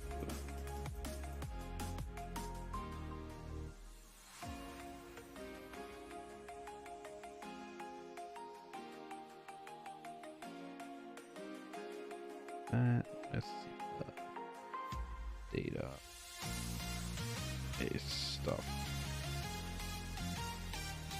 All right, we'll give him some time, but I'm sure we can probably accomplish some more stuff outside of that. So, get that back up and running actually.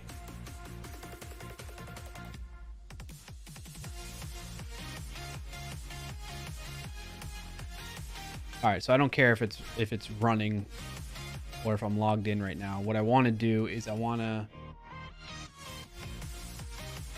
update the UI for them in the meantime to let it show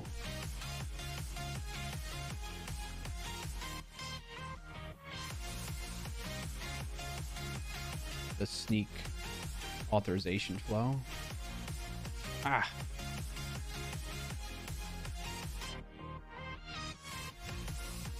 It's in the components, I think.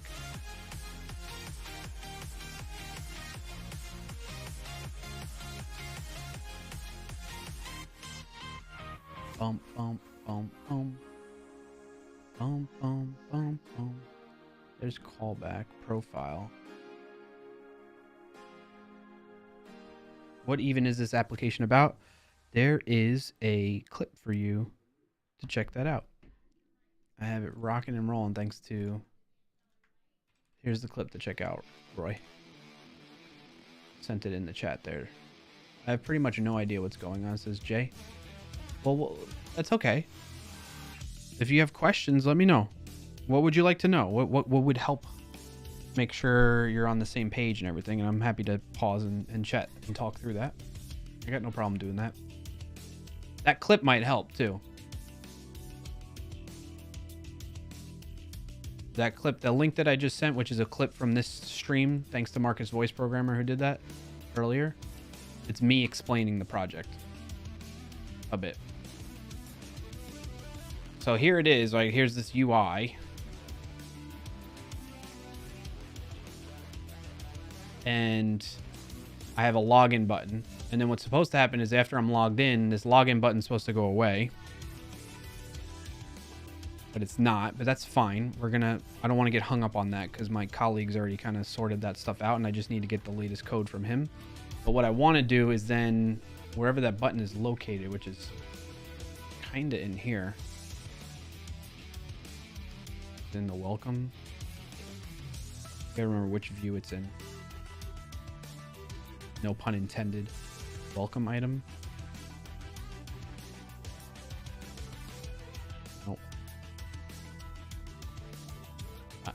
Jay says, I mainly use C#, never really liked JavaScript. Totally understand that. I actually started my career using C#.net. I was doing thick Windows client applications using WPF, Windows Presentation Foundation.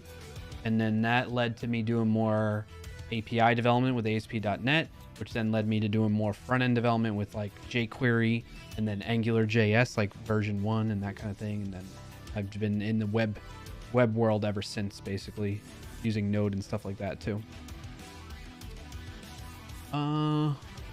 jQuery. What's up, Robertables? How you doing, man? Happy Friday. It's not the home view. The app view? Yep, there it is. There's a login button like that. Oh, you know what? I don't have this. That's why. What if I uncomment all this? It didn't quite work as planned. I'll fix that up real quick.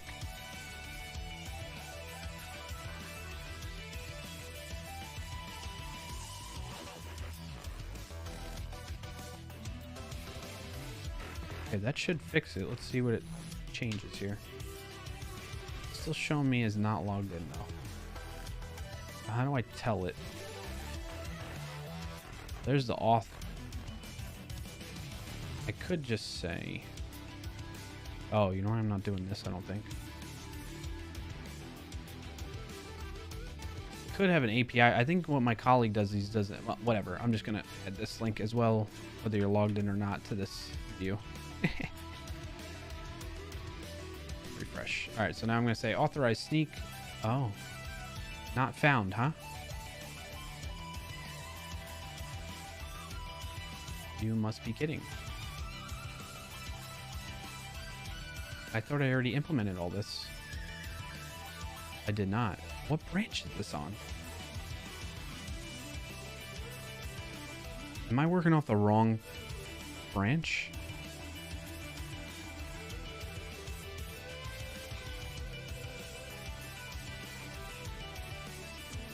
I think I might be. I think I might be working off the wrong branch. Dang it.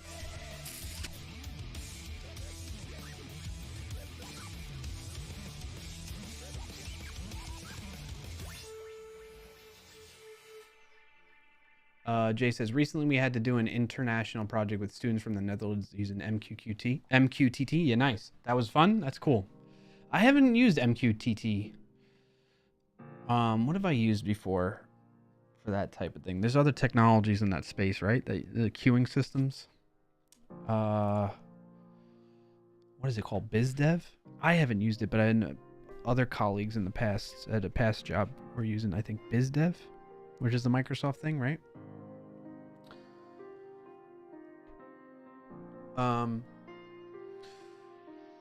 All right.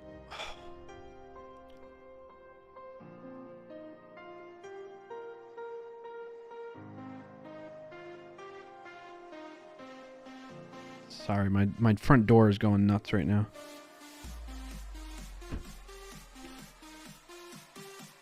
What I want to do is I want to get, I guess I can just look it up. Sneak apps. Actually, no, Sneak API projects.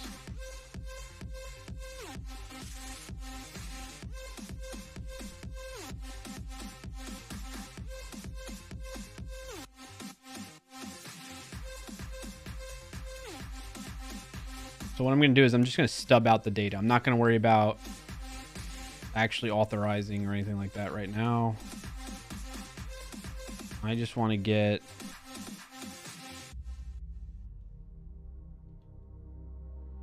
Where's the API reference?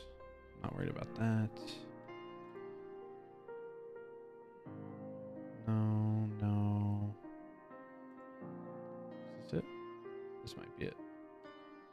Oh no, this is what I want. Sneak apiary. They use apiary to like tinker with the API as a reference. All right, so there is a projects API, and I want to, let's say, list all projects or retrieve a single project. Let's say that.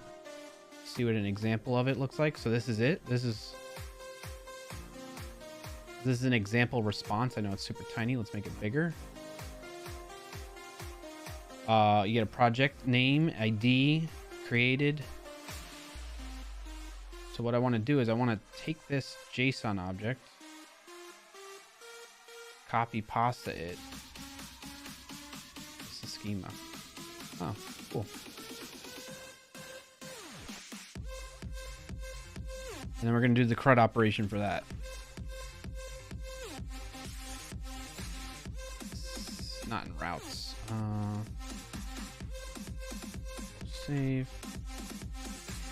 Source server. Or no, we're in server. It's example project.json. We'll save it as. All right. So the key bits of information I want is that the type, the origin. Do I have that on the data model? Project. We got to add that in there. Project. User ID. We're going to say type. It's going to be a string at db.varchar. I don't think it needs to be that big, but we'll just do that. So that's the type. What other data do I need on this? Close that launch. Say origin. That might be interesting. Duplicate that, but call it origin. Origin. So you work at Sneak. I heard about that a lot. Oh yeah, I do work at Sneak, and that's cool to hear. I hope you heard good things about it, Roy. Jago's Gaming says, so are models basically like classes? Yes. So I'm not a database expert, and then prior to this, it's been years since I've done any database related work. But essentially we're creating relational database. Okay. And in there, we're going to have, we're using what's called an ORM, object relational mapping tool.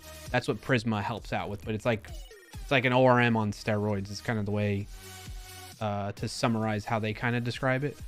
And what it does is it simplifies it so that I can, through code, actually build out and define the database. And I don't have to be a database architect or just a database engineer that goes in and create, which I've done in the past. Like I've done that type of work in the past. I've never had that title, but go into the database and set it up with the tables to store the data that I'm going to be storing in there. So what this is doing is it's defining different tables. There's going to be an event table, and then it's going to have different columns or fields that are going to have data inserted into them or read from and that kind of thing, right? So there's an event table, there's going to be a user table, there's going to be a project table, but then there's also relations between these things. So an event will have many users and many projects, and a user will be tied to maybe participate in multiple events, or they're going to import multiple projects per event too, which is something that might be a little bit tricky. So in any case, I don't have to worry about trying to understand. I mean, I kind of do to some extent, and I'll get to that event that just happened in just a moment. Thank you for that, by the way, Finite. Let me just finish this thought. I need to understand the relations of these things, and I don't know if it's quite accurate the way I defined it here, but Prisma is kind of helping me more simply define it via this code, if you will, but like a schema. Like think of it as like a manifest that says this is everything that I need for my database, and that's what I'm doing here. And then I can run a script that will then update the database to match these definitions of what tables I need. That's kind of what's going on, Jay. Finite, thanks so much for the raid. Welcome in everybody from Finite Stream. Mark, how did things go? I know you were working on some of the code that helps you do the IRL streams while you're skiing. How did things go with that? And welcome in everybody from Finite Stream. Happy to have you here. If you're new here, I'm clarkio. You're tuning into the clarkio Shenanigans Show, and we are currently working on a project that I've been making progress on pretty much every week when I stream. I stream every Friday at 12:30 p.m. Eastern time, and we are working on, well, if you want to know more about this project that I'm working on, Marcus Voice Programmer was kind enough to create a clip of me explaining it earlier in the stream, because I feel like I keep doing it every week, which I'm okay with doing that, but this greatly speeds it up so I don't have to pause. So go check out that clip if you're interested in getting context on what we're working on, but of the whole project. But specifically what we're working on is database stuff, data modeling, and doing CRUD operations essentially right now. Merry Christmas, happy holidays to you as well, Finite. Thanks again so much for the raid. Let's do a quick shout out. I know most folks here are already familiar with Finite, but let's do the shout out again anyway. Got to go get some foods now. All right, enjoy. Thanks again, Mark. Appreciate it. Code with Sean, good to see you. Welcome in. Thank you for the follow, Lukey fam. And Oxclay Hacks, welcome in. Happy to have you here. Thank you for the follows as well. Find it says stream went well. Yep, things went great. We got the basics of Bluetooth working in the streaming app so we can control/monitor the cameras. That's so cool. Happy holidays, X. Good to see you again. How are you doing? Cheeky butt, cheeky butt, cheeky butt. Thank you, Clay. Finite holiday raid. Steffi, thank you for joining in on the raid as well. Lots of folks came in from Finite Stream. Awesome to see you all. Thank you for being here. Appreciate that support, Mark. Big time. Oh, you want to do a stretch, Lukey fam? We could do a stretch. So yeah, Jay, these models are kind of like classes. You can think of them as classes. You know what? So Jay, since you're coming from C#, Prisma is like Entity Framework in the C#.NET world. That might help summarize it really, make it click even more beyond what I explained. Roy says he'll soon stretch. He's just reading top to bottom. Yes, exactly, Roy. Thank you for doing there. Lukey, what did that redeem do? Yeah, so that redeem is going to make me switch over to stretch. We're all going to do a stretch together. We're going to head on over to the gym, so join me, okay? Here we go. Hello there. Welcome to the Clarkio gym, and thank you for Lukey fam to redeem the stretch. We're going to do a quick stretch here. Make sure everybody stays healthy, gets moving. You may have been sitting for a while. If you just joined in with the Finite stream, you're tuning in on that, sitting there, listening in, lurking, participating. You've been sitting still. You've been stagnant for too long. Let's get your blood flowing real quick, okay? Here's what we're going to do. I want you to follow along with me. Do this at home. You can do this sitting down or standing. Get your arms out parallel to the floor, okay? You're going to make a thumbs up with your fingers clasped into the palm of your hand and the thumb actually up like that. You can't like just do a thumbs up. You got to do like an actual thumbs up gesture, okay? You're going to bend your arms, again, keeping them parallel to the floor still. Back behind you a little bit. You'll feel a little bit of tension in the chesticles, okay? Then what you're going to do is, now do this slowly because I don't want anybody hurting themselves, okay? The idea is to just get a little stretch in. You're going to rotate your thumbs down. And you're going to feel, just the tension go all through the arm and rotate them back up. And then make them go down one more time. That feels good, right? Maybe it kind of hurts. Oh, man, that did feel good for me. Oh, I'm going to do a little more of my own stretch now. Then just shake it out a little bit. All right, the other one we're going to do together is for carpal tunnel to help kind of prevent that, I think, maybe. I don't know. It just helps stretch it out. The stuff around that. So you're going to put your hands back to back and you're going to be pushing your arms towards each other for the back of your hands. And you're going to bend at the wrist a little bit. You just hold that for a little bit. You should feel it like right there. 1 and 2 and 3 and 4 and 5, 6, 7, 8. And then shake that out a little bit as well. Boom, boom, boom. Very good. And then, maybe clasp your hands, hold them up above your head a little bit. Tilt one way, tilt the other way. It's good to maybe try to clasp your hands behind your back and pull a little bit if you can do that. If not, no big deal. Don't hurt yourself. All right, feel better. Thank you for redeeming that, Lukey fam. Appreciate it. Shout out to Lukey fam. All right, let's head on back over here. And what I missed in the chat all that time, I didn't get to see it. Jay says, yeah, that helps, LOL. Okay, cool. All right, I'm all caught up on chat. Happy holidays, X, as well. Appreciate you. Jay says, I've had to seed a few databases and then use migrations for school. Yeah, so migrations, this was new to me until I started dabbling into, into this Prisma, which is pretty cool. So one of the scripts I have is npm run migrate, which will migrate the changes that I make to this data model into the database that I'm using. I'm using, I think, PostgreSQL hosted somewhere. And, but you can use any SQL-based technology, any relational database that's using SQL to work with Prisma. You can even use Mongo. If you're doing document-based or NoSQL-based technology like Mongo, you can use Prisma with that as well. It's pretty cool stuff. To check out more about Prisma, which we will look at the docs and stuff like that. Where was it? Prisma.io. Control L, C, and then I'll paste that in there for everybody, whether you're on YouTube or Twitch, which shout out to YouTube again. youtube.com/clarkio if you want to tune in there, if that's better for you. However, most of my bots and stuff like that are very tightly integrated into the Twitch side of things. So if you want a richer viewing experience, I recommend joining over there if you're on YouTube right now. But no pressure.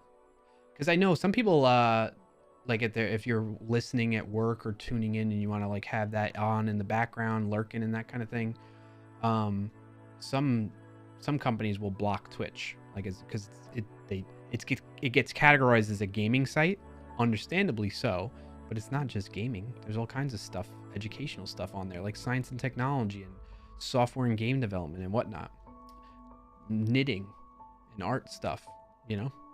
But in any case, a company may not understand that, so that's why I'm streaming on YouTube as well. All right, that said, where were we? So we copied that data and we're looking at the model, which is this example. You know what I'm gonna do? I'm gonna do a little side-by-side action here. Make sure we get everything squared away for our project. So we're working on this. So this is sample data that we're gonna get from the Sneak API when somebody wants to import a project. This is the type of data we're gonna wanna store maybe in the Big Fix apps database, okay? So I want the name. Maybe I don't have the name right now, so we're gonna need to make that happen as well.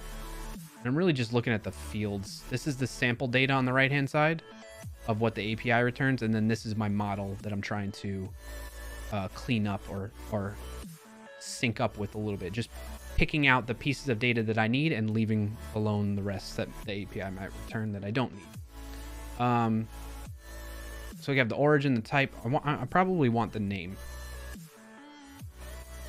We're gonna change this to name. We have name.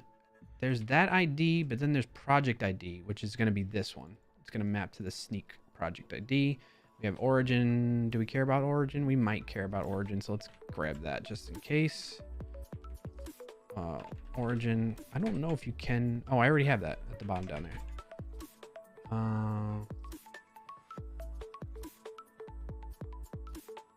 Then we're gonna say, so we have issue count by severity. This is gonna map to actually this.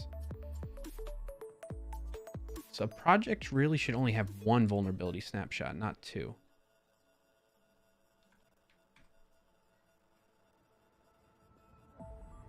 What is it complaining about though?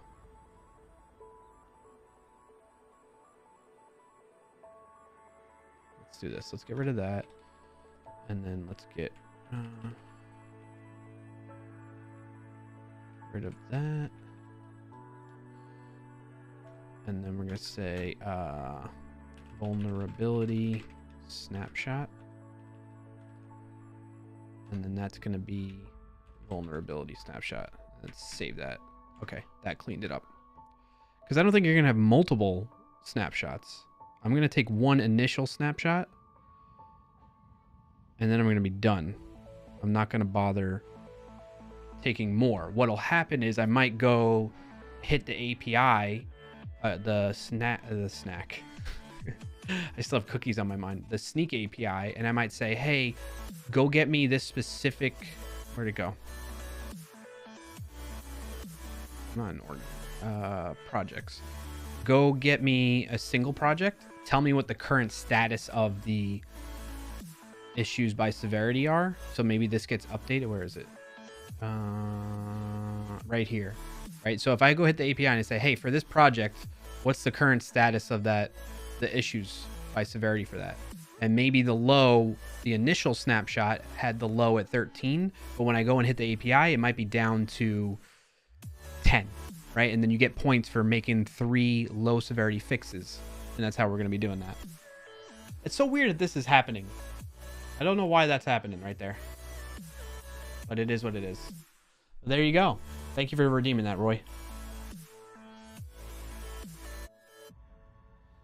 Because my camera picks up like the edge of the green screen and then there's part of my actual wall, but it doesn't show up on actual camera. So I don't know. I thought I cropped it out. Anyway, kind of cool. You get the idea.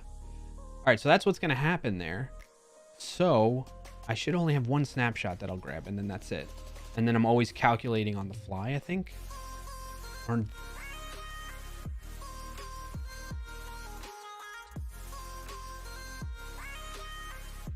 Yes.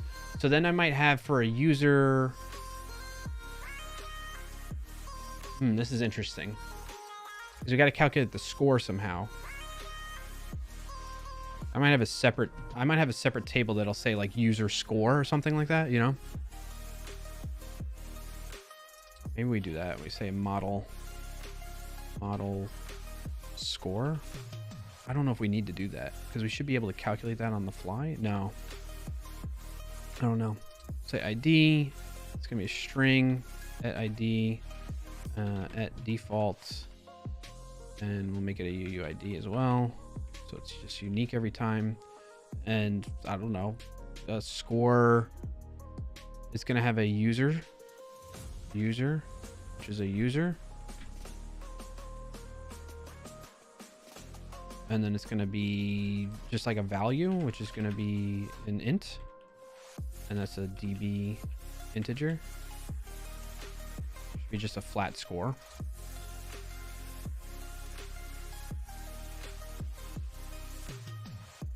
Oh, your crop doesn't apply to the effect. It's taking the full camera. I noticed that when you had the arm out of frame. Ah, okay, cool. You're right, Roy. That's a good point. So I think it's everything out of this.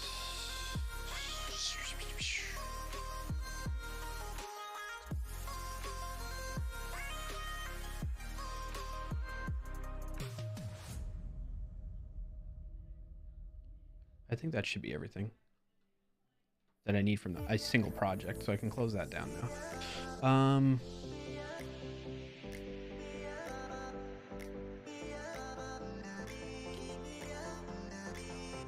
Is there a way to default values on this?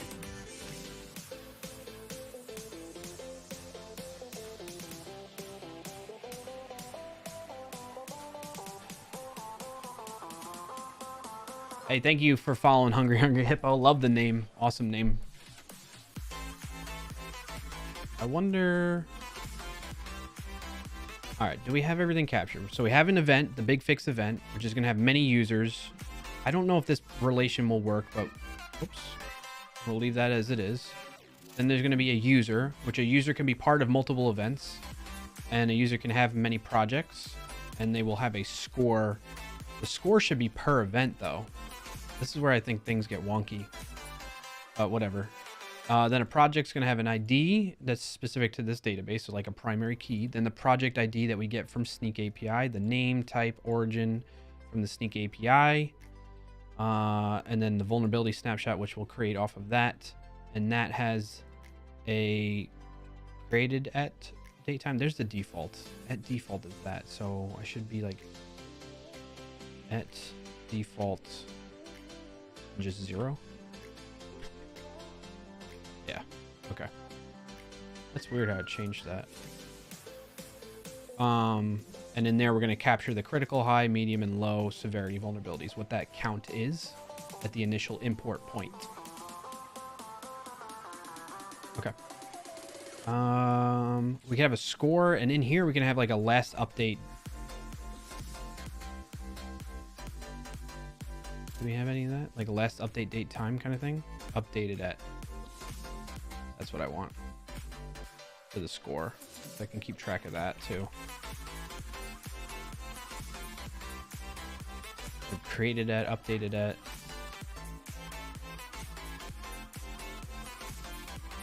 Projects. We should probably do the same thing of like created at in this as well. So we know when it was created specific to this database, like the date it was imported.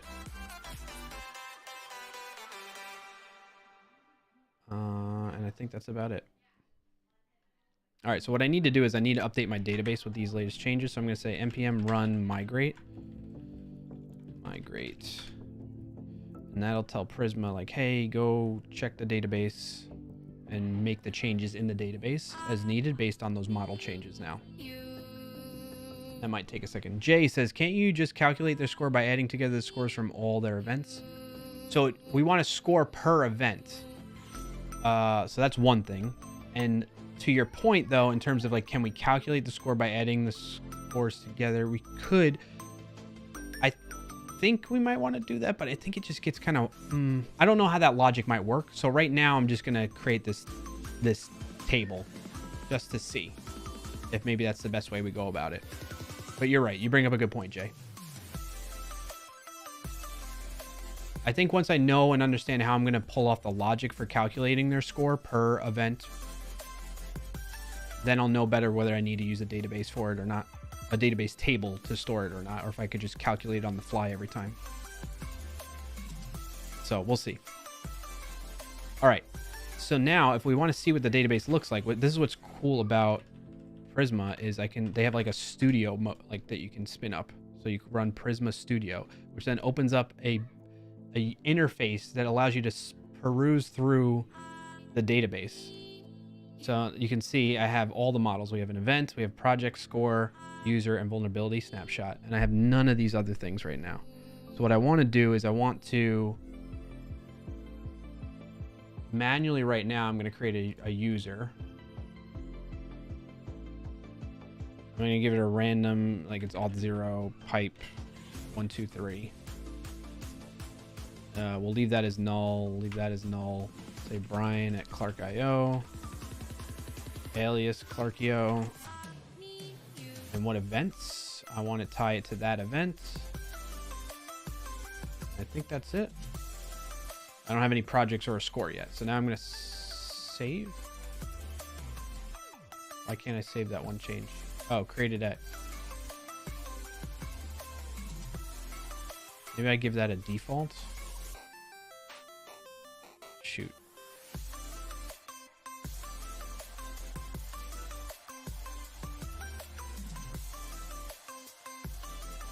Yeah, default now.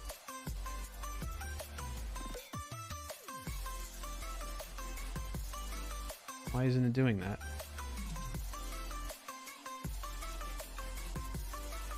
Hey, what's up, Green? Welcome in. Jay says, all right, I'm not really sure what you need for the project. It was just a suggestion. Yeah, no, I appreciate the suggestion. I hope you didn't take it. I hope it didn't come off as me not appreciating that. I definitely do.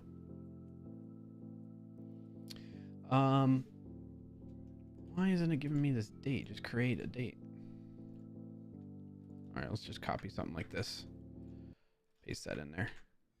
Well, didn't actually copy.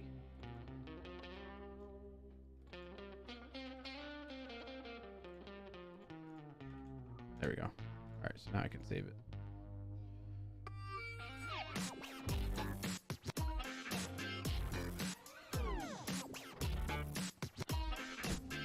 All right, so now we have a user and an event. So now what I can do is what I want to do is I want to create for the projects API, which is right here. When I want to post a project, I need to find a user with the user ID provided in the request body, let's say. Let's try and define what the request body should look like here. So we're gonna say /star for just a comment, but like a block comment. So we're gonna have user ID. I'm gonna need all the project data that we talked about in the schema here. We're gonna need a project ID. Actually, where's that example? I'm gonna name. I'm gonna copy all that right now. Close that, close that, close that.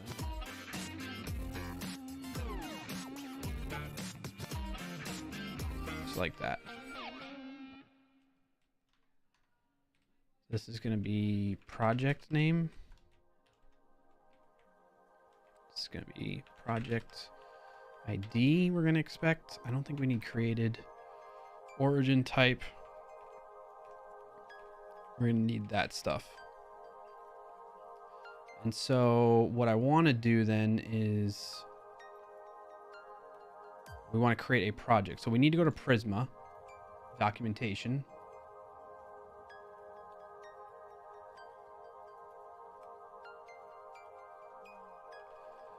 Prisma and docs and in the client, I think is what I want to do. I want to, yeah, how do we do CRUD? We want to create something. We're going to await prisma.user.create. User ID is auto-generate. Creating a single record using generated types. We want to import the Prisma client, which I think I am doing in this route already. No, I'm not. Okay. So we're going to come in here. We're going to do all this. Oopsie daisy. Come on now. Copy what I need to copy. Copy pasta. Go to the top. Paste it in. All right. So now we have this Prisma client that we're going to use in the route. But there's an error. In this case, the error is unexpected. Please report. Please run Prisma generate to try to import it again. Okay, so let's maybe restart it. I dare to join the stream. What's up, Ayush? You did dare. Do I need to run something? Prisma generate, apparently. Insane. Prisma client did not initialize yet. Prisma generate. Okay. Let's come in here. Say npx Prisma generate. Did I not do this already? Package JSON on the server. Don't I have... Yeah, I have Prisma client right here. And Prisma, what? I can create a script, I guess.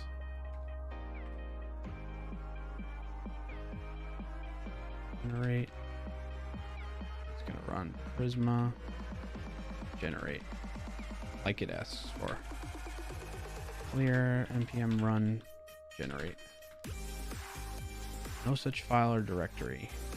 Oh, cd server npm run generate.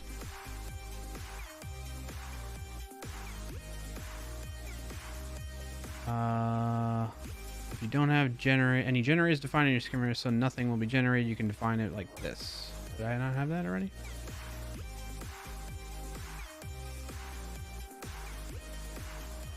Let's do that. Save that in there.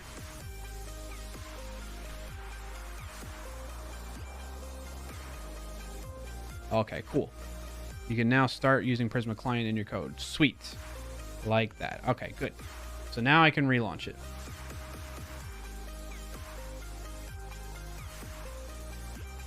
Ayush, thank you for the red shadow. All right, we're up and running again. So now I should be able to... All right, I'm not getting any errors on this. We're good to go. All right, so back to the documentation. Check if posts should be included in the query.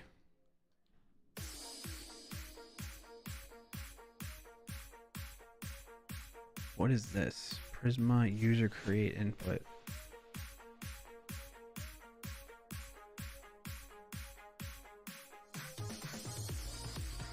I should be able to in here say Prisma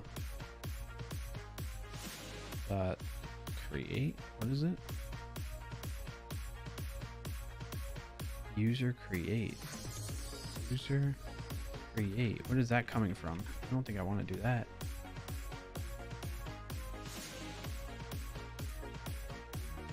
Define extension? No.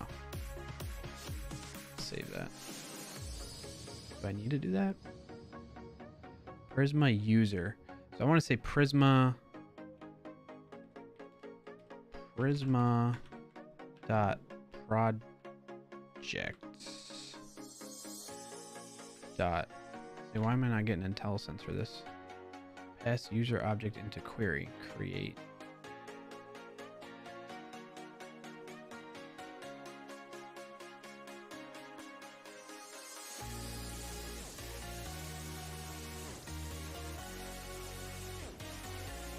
Roy says, how much would it cost to get a clarkio.com email? No abuse, no impersonation. I can sign an NDA. I'm just after getting my name on every email service because why not? I told you it would be dumb. You were warned beforehand. I'm about to say the dumbest thing you heard. Don't hate me. I have to because I saw the email. Oh, I'm not going to do that, Roy. Sorry. Ayush says all websites on the internet should render web pages in black or less black by default. Black. All websites on the internet should render web pages in black or less black by default. You just mean you want dark mode, Ayush? That sounds ridiculous. Yeah. Yeah, Roy, that's very, I mean, I know you prefaced it with this is a very odd question, but what is the real driver behind that? You ask other people that have like your own email on their custom domain? What have you ever gotten a yes from somebody?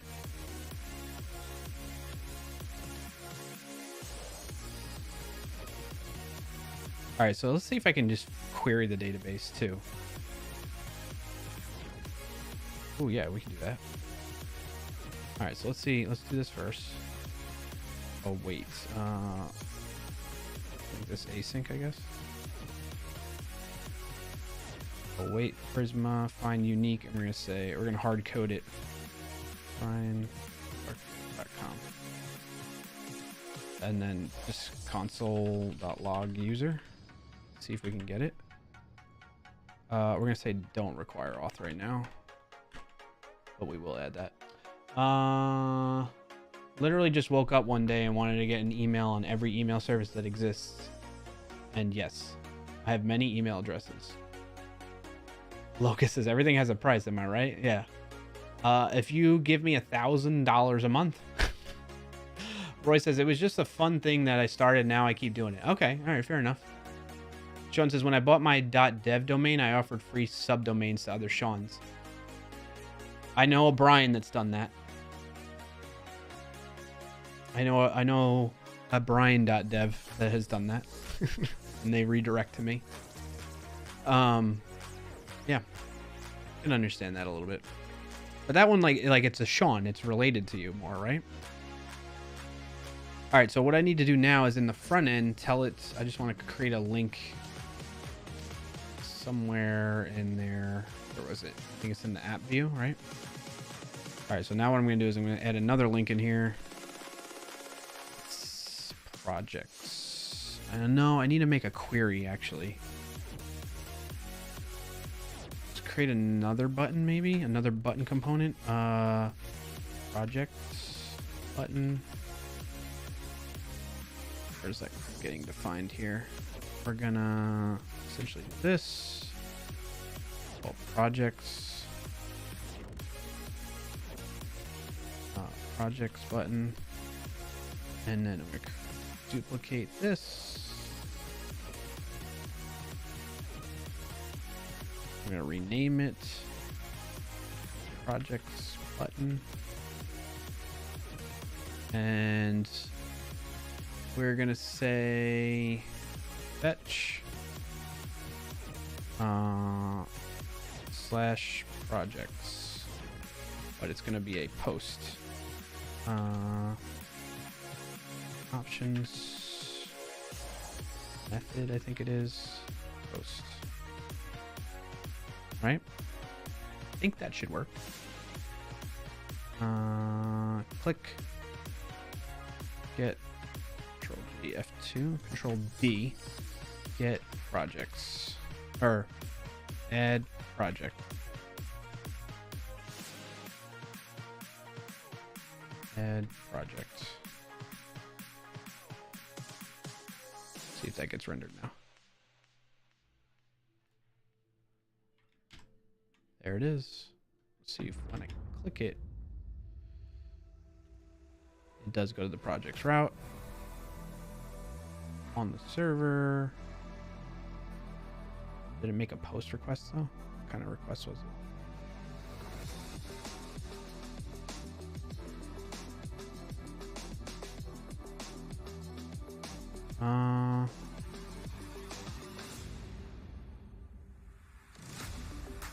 Doesn't say the verb, does it? I don't see it. Weird. $1,000 per month, you say? It's a deal. I think that's a deal, Roy. Absolutely a deal. Did I hit a breakpoint? No. I do want a breakpoint on this. Whoa, you know what? It may not be running properly.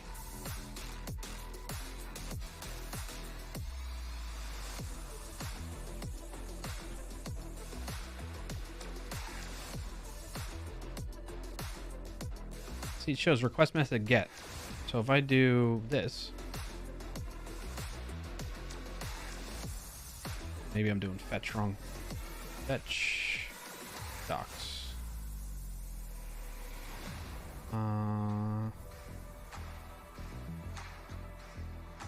Method, yeah, method post. So you do await fetch. Oh.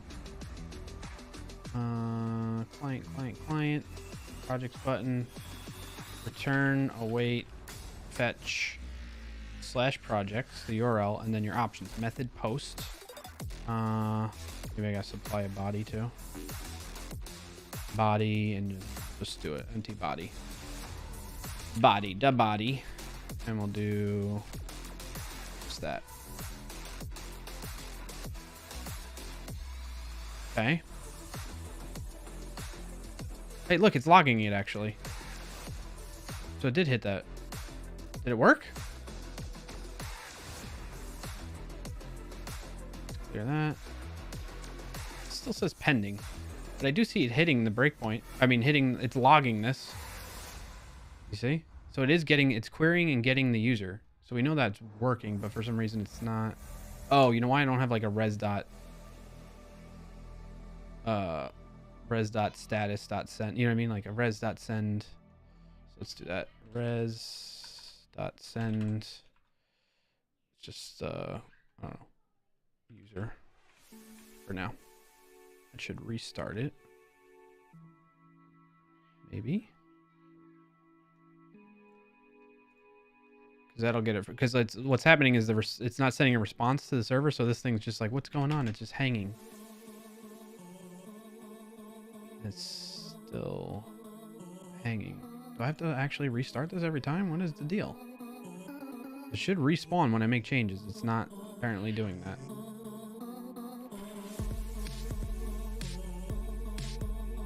Still hanging. I must be doing something wrong.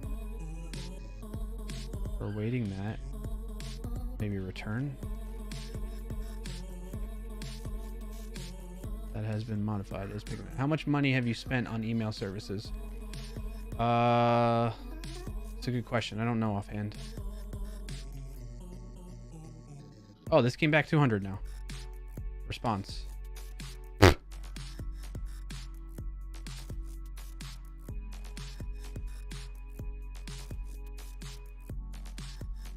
There we go. Now we're getting the user back. Cool. All right, so we are finding the user. Come the new year, I'm migrating my email provider. Are you going to like Proton Mail or something? Do you care to share? Oh, you were asking Roy. I got you. Roy says Sneak has a site as well. I'll consider 1,500 if you're able to supply that as well. I won't be able to do that. I have no influence over emails at Sneak.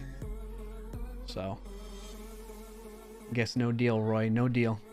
This just became a job. Triple B just gifted a sub to Robert Tables, who now is at 44 heckin' months. We're almost up to, I started in 2018. We're almost up to 5 years of streaming next month. Next month will be my 5-year stream anniversary, chat. Hello, Triple B. Thank you so much for that. Super kind of you. Merry ho ho, little Bobby. Nice. Thank you, Triple B. Good to see you. Actually, you know, I haven't asked for folks a reminder. If you're joined and you haven't shared your win of the week yet, drop it in the chat. If you don't know what that is, there's the command in chat, ! WOTW. And that way we could celebrate whatever win you have from this week. Triple B says, pretty sure 2 years of Clarkio streams is how the pandemic started. Robert Taylor says, you've been streaming since Lyndon Johnson was in office. Yeah.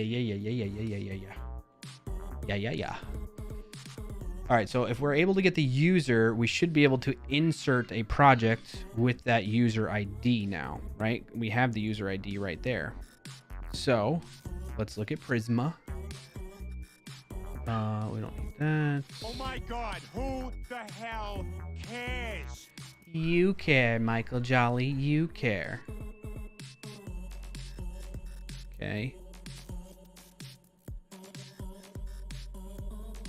Select fields, working with the Prisma client. Relational queries. A key feature of Prisma Client is the ability to query relations between two or more models. Relation queries include nested reads, nested writes with transactional guarantees. So I don't want a nested read, I want a nested write, because what I need to do is I need to write a project and I need to write the snapshot.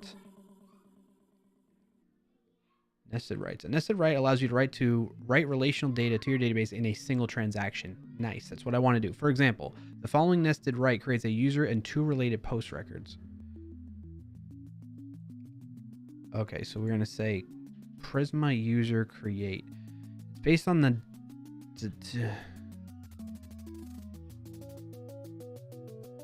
You can create a record and one or more related records at the same time. The following query creates a user record and two related posts. So I want to create a project and a snapshot. So I'm going to say Prisma dot projects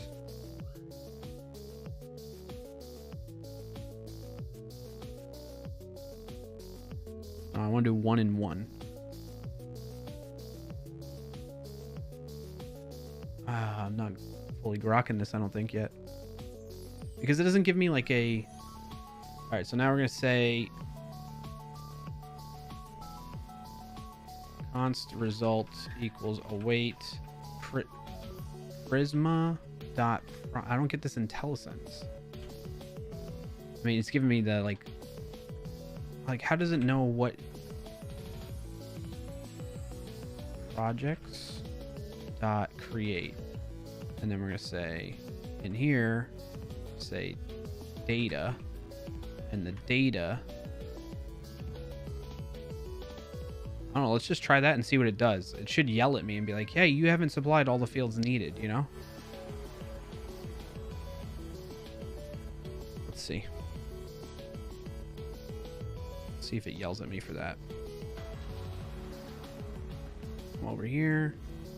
Clear that, or say add project. Doesn't seem to care.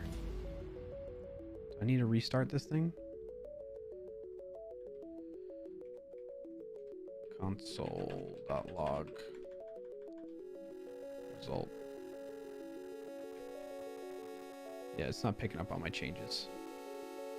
Silly little goose. Roy says, switch to NeoVim, brah. I'm completing tasks at work 3 times faster. Nice. I'm envious of you. Being able to keep your hands on the keyboard and not, like, more often than not. Huge win. Triple B says, I'll never forget those Ladybird and Bower segments Clarkio used to have. What? I don't remember that. I'm blanking. There is a lot of history on this channel. You'll never forget the raid. Which, oh, the big raid that I had? Back when that man was on Twitch still? Is that what we're talking about? Yeah, there's only one. Yeah, that was a wild day. Alright, so we did. Cannot read properties of undefined reading create. So it has no idea what projects is. Is it just project? What do we name the schema? Project, that's why. Singular. Pick up on that change that time. Okay, good. Refresh. Probably don't need a refresh.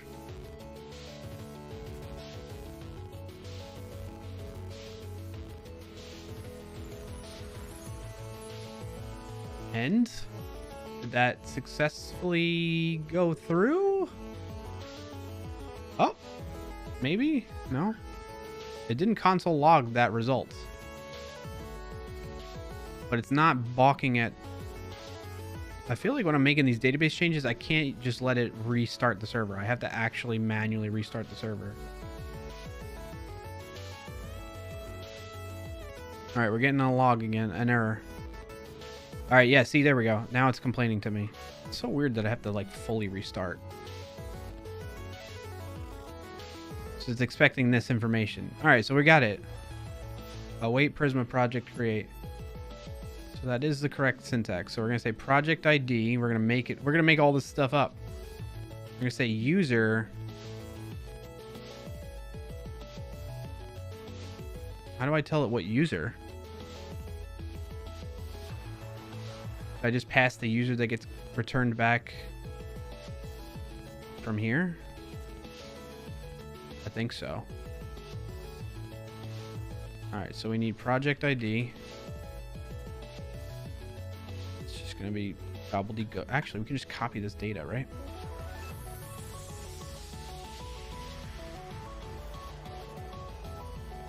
Copy this data. Save that. Origin GitHub type will say npm. Rubber Table shares is a win. I stepped outside, had a bird fly at my face twice. I think it was trying to take shelter in the Christmas wreath on my front door. Now I need another set of pants. So I guess that's a win of the week. Well, congrats on that. Thank you for sharing. We're happy for you. All right, so we got that as the project ID name type. Let's say user. We'll do user like that. I don't know if that'll like that or not. Event. Son of a gun. Does the user have an event on it? No. It just says that random ID. I don't think I'm doing this right. I don't think I'm databasing right.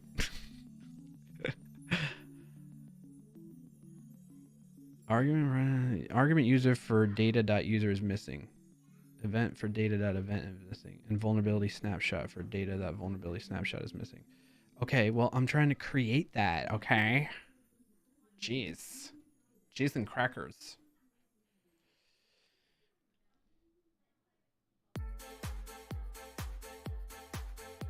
Oh, so we're going to say posts create. So in this case, we need to say, not post, but vulnerability snapshot.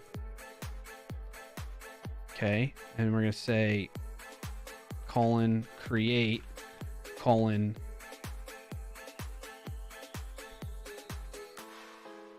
can I just do one? Can I just do one? Would that be possible?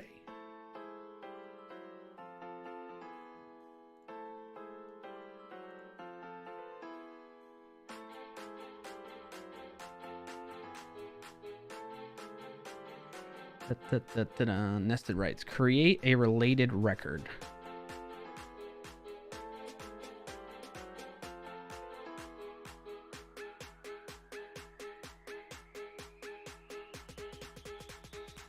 We're learning. One user, two posts, one post category.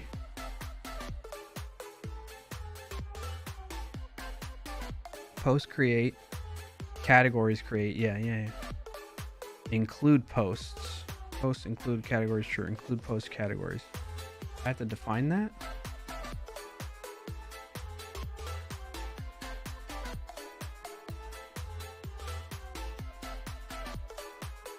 Oh, create many.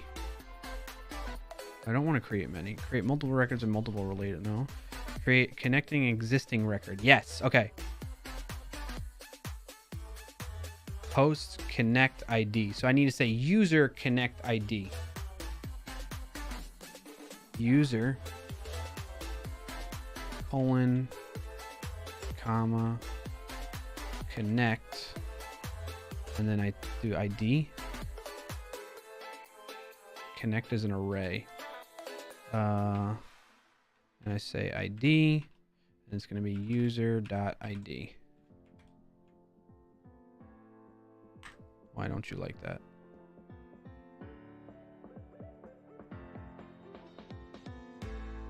Oh, because it's supposed to be like that. Save that.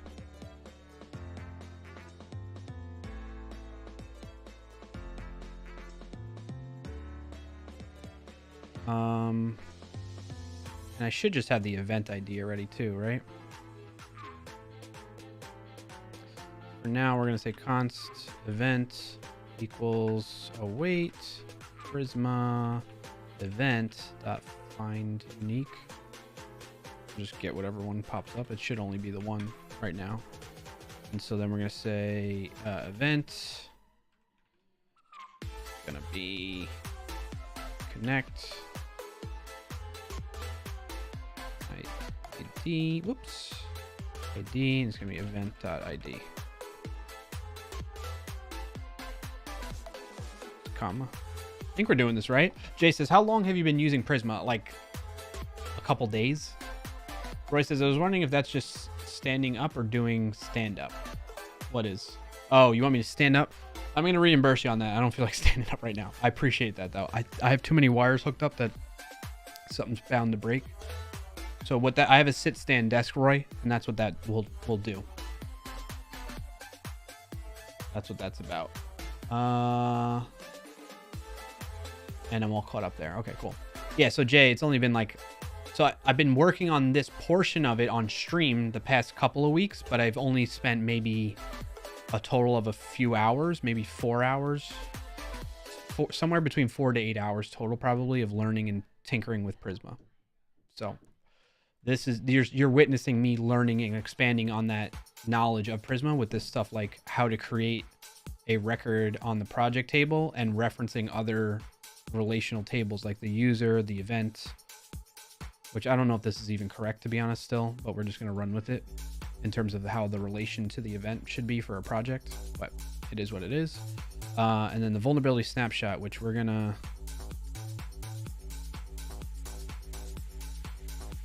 to create one of those.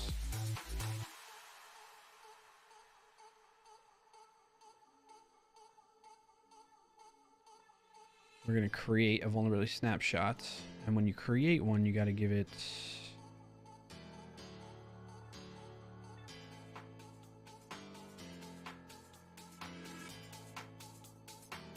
all right, so connects an existing post, an existing user. That's an update. Connect or create a record. If a related record may or may not already exist, use connect or create API to connect the related record. Okay. Oh, that's cool. So I don't need to go querying on my own. I can tell it. I like that much better than me having to connect by the ID. You can say where. Well, I mean, either way, I need to know who the user is, I guess, right?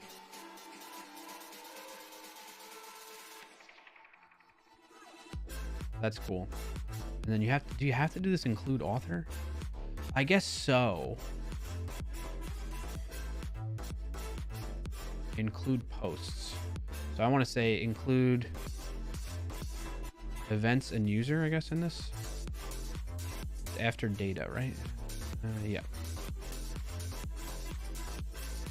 Data. We're going to say not post, but we're going to say user. Oh, sorry, true. Shift end, delete that, alt shift down, not user, but now event as well. So that way it includes the user related to this thing and event. What's the problem here? To ignore this. The property user was previously set or at. No. You're reading too much into it. Figures, still figuring it all out. Yeah, Jay. Still figuring it all out. Okay. Can connect an existing record to a new or existing user. Connects an existing post that adds a new related post title. Yep. Create disconnect. You can disconnect them too. Disconnect all records. Delete all records. Delete a specific one. Update all related records. Update or create a related record. All right, I think we kind of got it. All right, so what I want to do here is I want to create. I guess I should say include vulnerability snapshot too, right? Set that to true. All right, so in this case, when we're creating,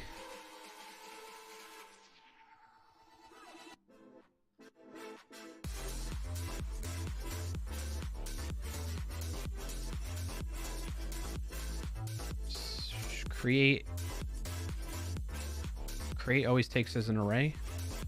We just put in one object in there and then what that leads to. Okay. I'm gonna say create. It's an array potentially. We're just gonna do that.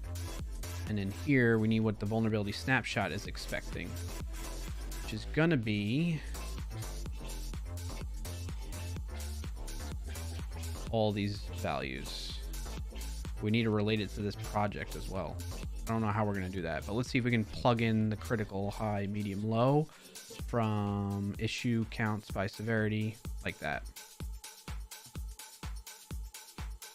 We'll just make these up, actually. Just copy this. Paste it in here, save. That should be okay. Let's see what happens. Let's restart the server. Roy says, you're doing pretty well, though. That's lovely. Yeah, thanks, Roy. Appreciate the encouragement. All right, let's clear that.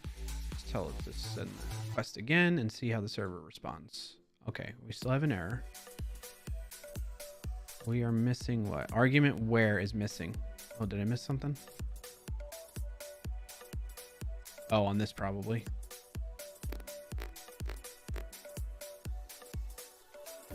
Event dot.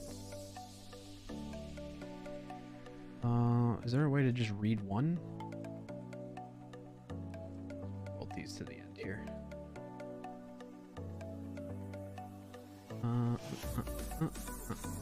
Read. Let's read. Where ID, find unique. Can I just get them all? Get me all. Get all records. Find many. Hey, thank you for the files, Switsky. Welcome in. Happy to have you here. So I can do. Let's do find many. Many. Just call that events. I don't think I really need to do that, do I? Oh yeah, we're gonna say. So in this case, we're gonna say events 0.id. Let's just do that. Should be able to put a breakpoint here now. Step through it and see what happens too. Add project. All right, we are hitting that breakpoint. Cool. So we're gonna step over that. And events came back. We have the one event. Excellent. Good to see. Then we're gonna say, okay, go get the user. We should have the one user. We're gonna step over that. All right, now let's see if it yells at me for this. Okay, it is. Unknown field user for include statement on model project. Available options are listed in green. Did you mean capital user? Yes. Official Rossi with the 58. 58 months, Rossi? Wow. What's up, OG? You are definitely an OG on this channel. My goodness, 58? Triple OG, right? Is that possible? 58. I'm good. So I was just talking about this, Rossi. It's gonna be 5 years I've been streaming, because 2018 is when I started streaming on this channel. Brian, I think it's math. Long time since I've been able to catch the stream. No worries, Rossi, about that. I know you know that. How many months is 5 years? 5 times 12. That's 60. Oh yeah. 58. You're almost, yeah. Well, I haven't had a sub. I don't think I've had the sub button until February 2018. It took me a month to get affiliate on Twitch. So that makes sense. That does make sense. Next month, January will be 59 for you, and then February will be 60. Holy smokes, man. I can't thank you enough, Rossi. It's amazing. It means a lot to me. It means a lot. So, how you been, Rossi? What's going on? What's your win of the week? If you got one to share, let us know in the chat. We're working on database stuff. No biggie. No biggie. No biggie to you. It's a biggie to me. I think it means that. Maybe that. Man, I'm blown away. It's super kind of you, Rossi. I'm going to get rid of that breakpoint. All right, we're getting somewhere. Unknown field event. Did you mean lower? How does it decide lowercase versus uppercase? That's what I want to know. Yeah, I meant lowercase. Let's do lowercase then, okay? Pain in my butt.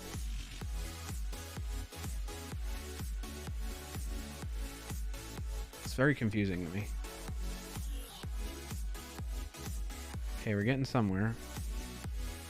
Unknown arg project name in data project name for type. Project unchecked create. Did you mean project ID? Oh, I meant name. That's a good catch there, actually. That's a fair one. Roy says, what time is it, by the way? I'm just seeing if I can be here every stream. So I start at 12:30 p.m. Eastern time.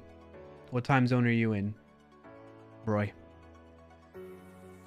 Well, you mentioned, I'm assuming somewhere over in Europe, if I recall correctly what you mentioned earlier.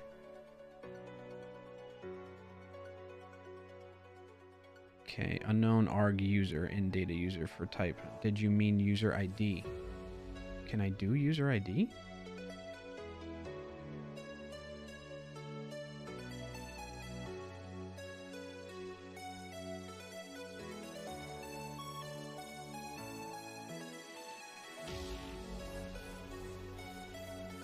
GMT +1. Been using this forever. It's 10 p.m. by you, Jay? Okay. So you're about 6 hours ahead of me. Yeah, GMT +1.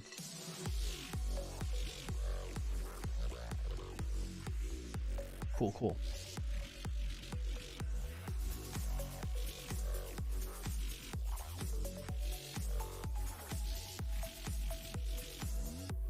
So yeah, that would be 6:30 p.m. every Friday. You could catch me if that works for your schedule. Unknown arg event. Did you mean event ID? So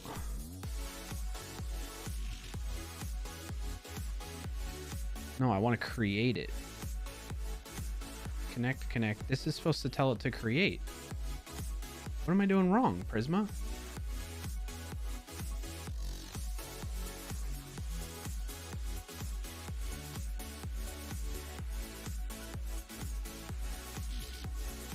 All right, so get a user. If you're using Mongo connector, get record by compound ID or compound unique identifier. No. Get all records. Get the first record. Why is it? No. I clicked on this. Create records. Oh, working with relations, nested rights. Yeah. Data email. So we're working on the user table, telling it to create with this data, saying posts. It's related to that. What's the data model of this? I guess maybe that's part of what I need to look at. Roy says that does well, not for the next week, but from the weeks after that, it's perfect. Actually, right when I get home. Okay, cool. That's awesome to hear, Roy. Jay says won't be here tomorrow, Christmas Eve. Yeah. I'm not gonna be here. I only stream on Fridays, once a week for the most part. Every now and then I'll do a pop-up stream, but I only stream on this channel on Fridays. Robert Table says, are you struggling with the query or the data model? It's telling me, I'm not sure. That's a good question, Robert Tables. Based on the documentation, I believe I'm doing this, at least according to the documentation. So I'm saying, hey, I want to create a new project. Okay. Here's all the fields on that project, the data that I want to include for that new project, the name of it, the project ID, origin, but then there comes the relational aspects of it. So I want to tie this project to this user that I queried, and I want to tie it to this event. And based on how it's telling me to do that, well, this is a nested right. I don't want to create. I'm connecting, right? Create a related record, create a single record and multiple. So I want to connect an existing record, which is this. So in this case, the following query creates.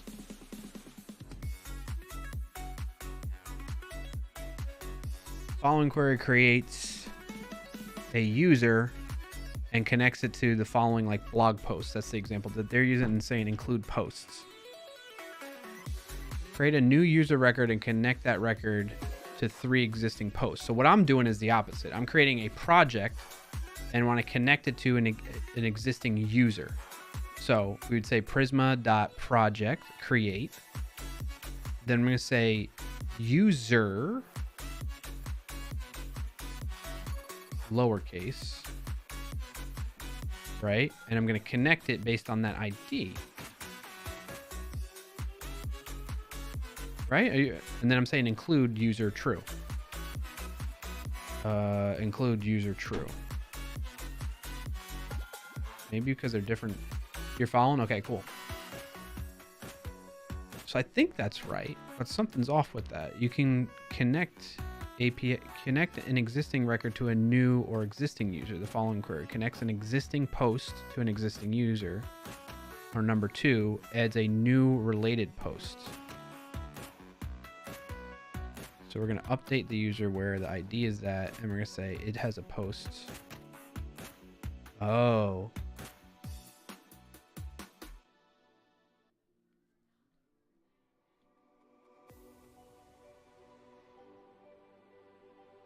Oh, here we go. The post names it as an author. So it's based on the table I'm going against. So if I look at my schema, the project has a capital user for some reason. So I should say capital user, U for user in my query. User and event. Let's see if that maybe helps a little bit. Miku says, what is Prisma? If you go to prisma.io, you can learn more about that. But it's essentially, it's a ORM tool, object relational mapping tool for Node.js and TypeScript. Event was lowercase, was it?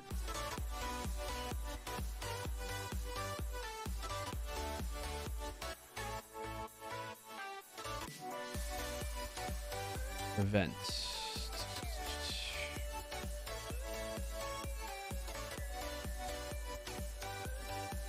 Event is lowercase. Why?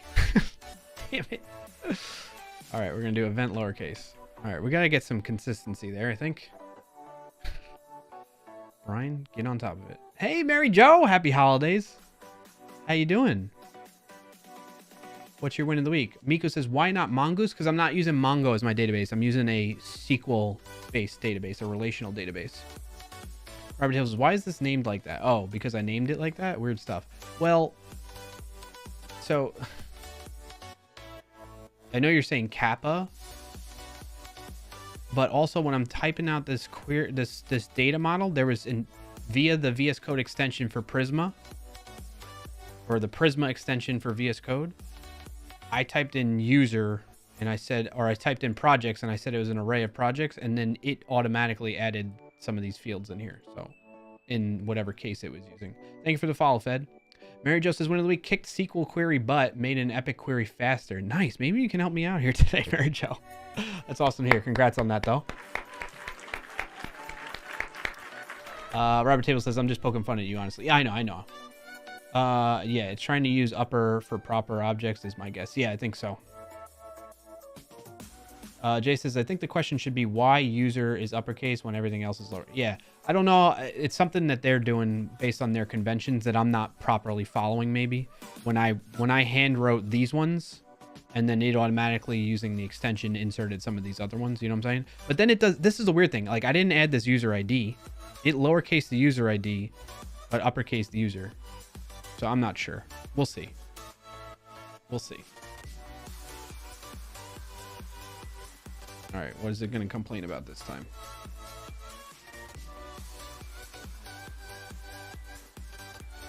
All right, so we have unknown arg capital user in data.user for type project. Did you mean user ID?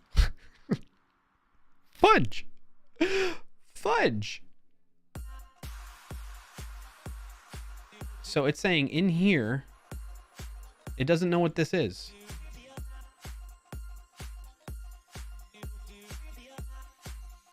I wonder if I just say user ID. What if I change it to user ID like it's suggesting? User ID. Event ID.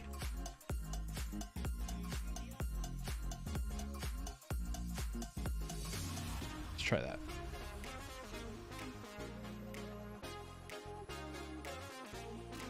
Maybe something like class versus class variable. You might be right, yeah. Mary Jo says, does it need connect property though? Which one? This? No, so this is like a special, I'm using an ORM, an object relational mapping, which being that you were talking about, you're doing SQL queries, you're probably way more well-versed in this stuff than I am, Mary Jo. I'm using Prisma, which is kind of like, I think your background, some of your background is in C#.net, right? So maybe you're familiar with Entity Framework. So it's kind of like, it's the Entity Framework for Node.js, Prisma. And it has a special keyword called connect that says, hey, I want to link this ID field with this other table from the user table. Is my understanding. I might be completely off on this though too. All right, let's see if it complains. All right, lines argument user for data.user is missing.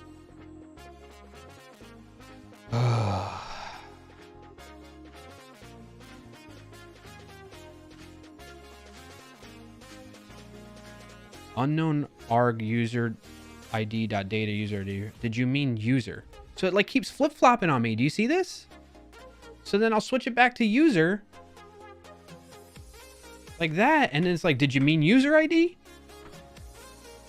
What in the world? What's going on here? Let's do it again. Watch. Now it's going to be like, did you mean user ID? I got to refresh it. Otherwise it doesn't pick it up. Restart the server. Make the request again. I'm gonna punch this screen. Saying argument connect got invalid value. Okay, so I think I'm getting something different now, maybe?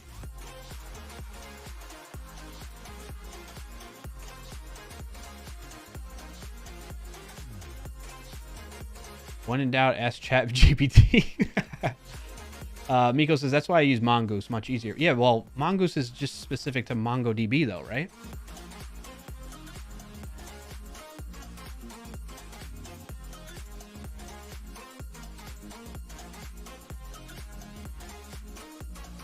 Oh, stickers?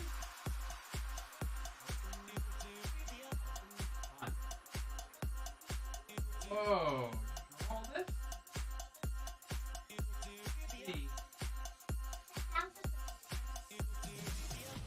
Oh, it has my name and love. Thank you.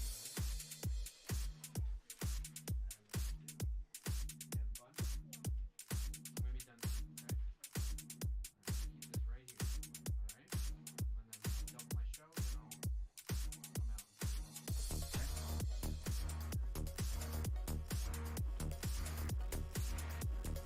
come out. Alright. Sounds. You've been spoiled, Mary. I'm like insert into. Why don't you use Mongo? There's no particular reason, to be honest. There's no strong reason. We could use Mongo. But we've already headed down this path. And my colleague is not familiar with MongoDB, whereas I'm familiar with both document-based database and relational databases. Message from Robertables. Remember that movie named The Day After Tomorrow? They released a sequel just named Today, apparently. Thanks. I'm glad TTS is working. So, Miku, yeah,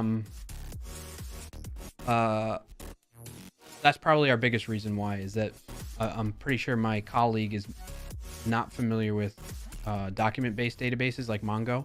So we're sticking with SQL right now. Can you please tell a bit about this app you're building? Yes, I have where'd it go? I have a clip that somebody shared. Marcus Voice Programmer made it earlier in the stream. Let me get it real quick and share it with you.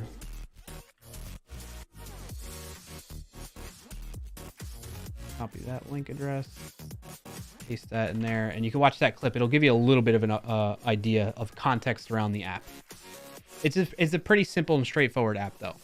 So it doesn't have, based on the purpose of the application, it doesn't have a strong demand for relational database versus a document-based database, NoSQL database. So I believe, but I could be wrong. Again, I'm not an expert in databases, and my knowledge is limited in this space. I believe that you could apply either one to this type of project and safely get by efficiently. What's the table look like? I can actually show some of that. Do I still have it running? Oh, Prisma Studio, yeah. So is it still up? Yeah. All right, so this is what's cool about Prisma is it runs a server interface that allows me to browse the database and the models. So we have an event, and let's make it maybe smaller so you can see everything. Event has whether it's active or not, when it was created, updated, the description, a display name, how many users are part of it, and then I don't know if this is correct to do, but projects related to it, because we'll get to that. So then the next thing is there's going to be many users or let's say participants for an event. And a user is going to have an ID, an email, an alias. They're going to have events that they participate in. Right now, it's just going to be one event, but the idea is we could expand this to multiple events.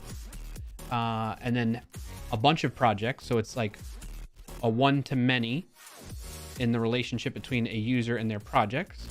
And then a score, which I'm not sure if we necessarily need that as well, but we're still figuring and hashing this all out kind of thing. Right? Thank you for following, Cole. Welcome in. Happy to have you here. So then we can take a look at what projects are like. And projects, I don't have any in here, but you can look at the different columns that are available. The name of a project, the type, the origin created at.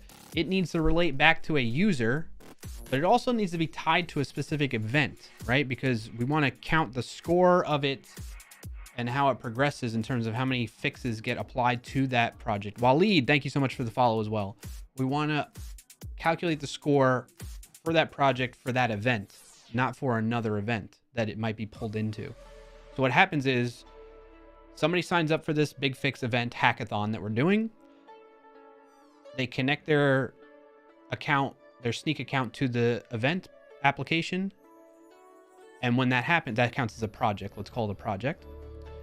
And so then that user is associated to the event, and any projects that that user imports for that event gets associated to the event as well. That's the relationship there. And then we calculate the score over time, because when we first import that project, we take a snapshot of like what are the number of vulnerabilities that it has, okay? And then as somebody fixes vulnerabilities in their project, those numbers will go down, and that will help us calculate a score and let them know where they are on the leaderboard, like who's fixed the most and has the most points kind of thing. That's how the event works. So that's, in a nutshell, the application context again, and the data that's going to be needed for it.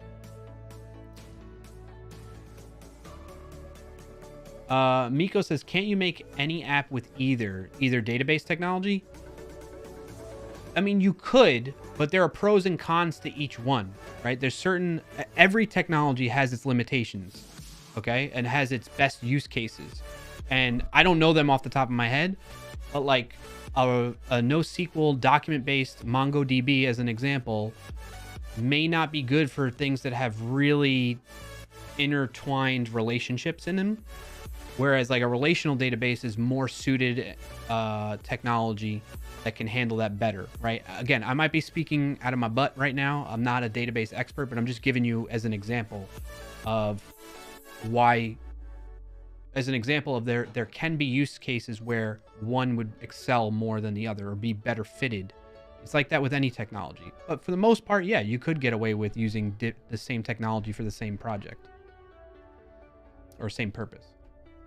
Rabbit tells us you can always move from relational to non-relational once you figure out the access patterns. Potentially, yeah. You can make any app with anything, Robert Table says. The question is what choice provides the best optimization. With unknown future queries, relational is the most flexible and performant. Yep. Eric meows. Hey all, Curious Cat here. Welcome in, Curious Cat. Happy to have you here, Eric. Mary Jo says, do the users table have a user ID? Yes. That is, let's go back to that quick. That is right here on the leftmost column right there. I'm curious how the project's user links to users table. Project user links. Okay, I could show that. We define that via this schema here, Mary Jo. So I went in and I'm like, okay, I'm starting top to bottom. There's an event. An event can have users. I don't know about this project here thing. Okay, so just kind of ignore that. Then there's a user, and a user can be part of multiple events. And an event can have multiple users, so it's like a many-to-many there. Then a user could have many projects, but a project should only have one user. And then we just added the score thing, but let's pause on that. I don't know why I have many scores there. That shouldn't be right, actually. But and then we get into the project. The project's going to have an ID. It gets more specific, but it references a user object. And this is the way Prisma kind of defines it. So if I remove this and I save that, and I come to user and I remove that, it still picks it up though. Project.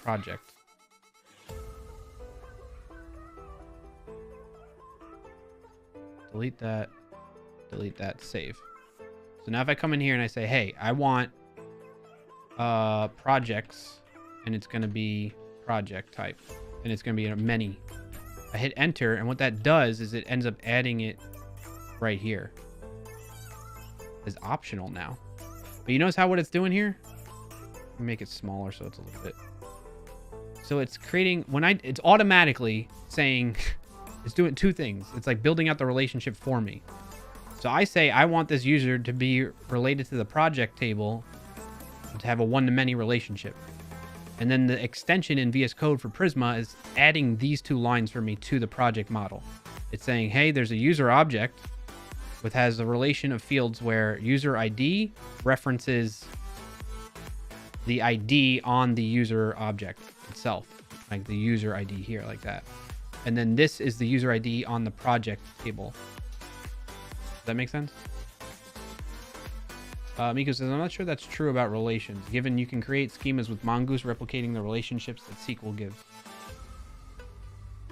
Jay says, I think project array is fine, just weird that you're calling the field project instead of projects or something. Yeah. Mary Jo says, wicked. Wicked good or wicked bad?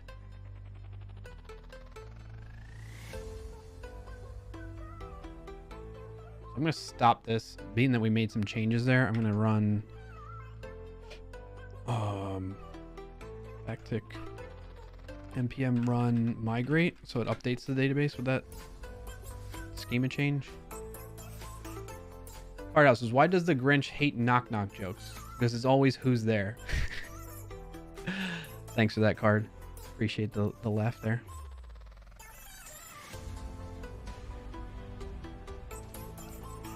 All right, so that seemed to have done that, and then we're going to say npm run generate.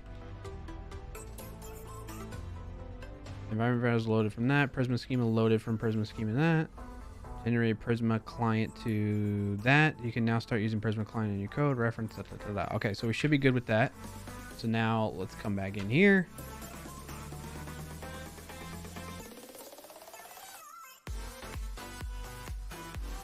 So I should be able to say user ID like that now. Maybe we get rid of the tied to an event thing. Maybe that's messing up the relationship a bit. The whole event ID thing.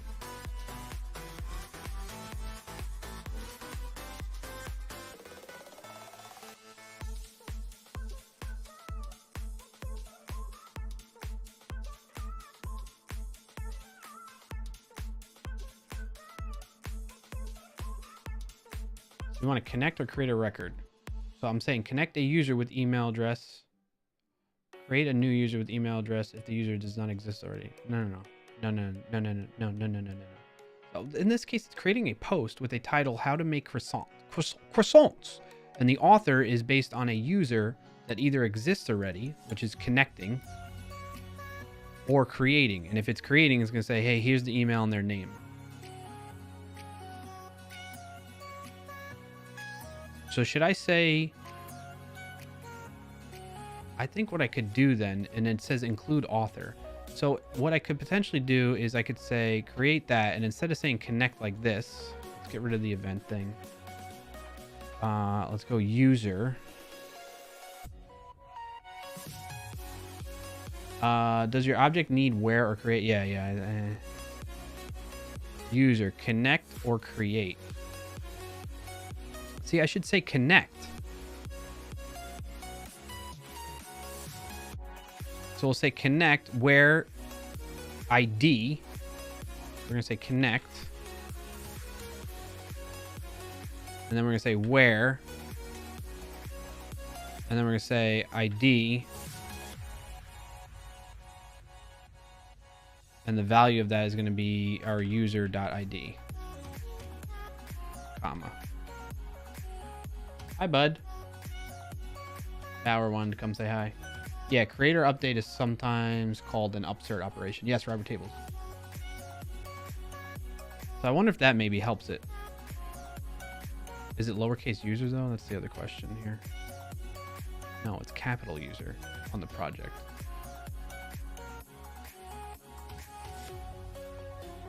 I do it like that.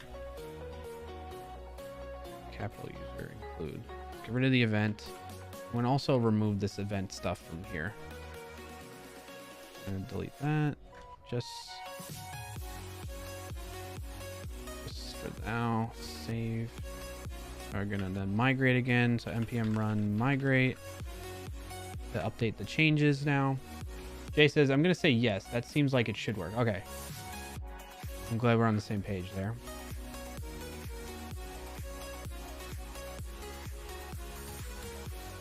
This might be just like a learning curve for me, you know, with just understanding how Prisma works. All right, so that should work now. So let's go back to debug console, clear all this out. So one thing I don't like about debugging in VS Code is the debug console doesn't like clear when you end the session, end a debug session. I think there's I even have a setting turned on that I believe should clean that up like every time, and like, but it doesn't. All right, we come back over here. I click on add project and unknown arg where in data user connect for type user where unique input. Did you mean ID?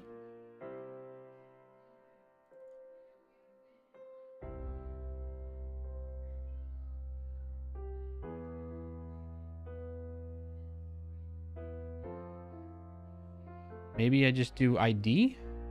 Connect ID. Oh my gosh, this is so like, so I do this. Restart.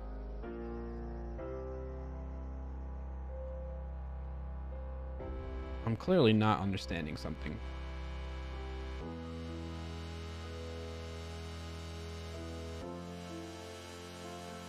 That's okay. All right, I think we got past that actually. Did you see that? Argument create got invalid value. Okay, we got past the user thing. So I think this is working now. Maybe what was different is because I had it in an array. I had connect array. What's up, Nightcoder? Good to see you, buddy. How you doing? What's your win of the week?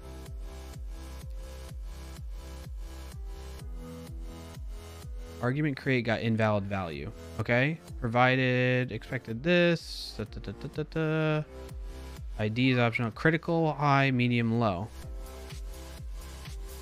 Okay.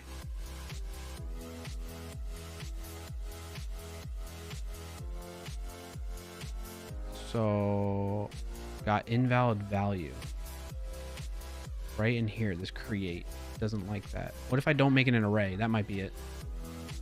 That might be the other problem with this one too. Create, get rid of that. Will you be happy with that? Nightcoder says, seeing you is always my win. Oh, thank you, Nightcoder. Progress is progress. Yes, Robertables. Let's restart again. See how she responds. Oh! Did that work? I think it worked. Let's check the database. We should see a project now. Fetching rows. Ugh. Era and Prisma client. Oh, you know what? I didn't refresh. That might be why. Okay, I think we're getting somewhere. Let's, what I mean by refresh, I mean, I'm running the studio. I probably need to stop this and rerun it. Nope, not that. npm run studio.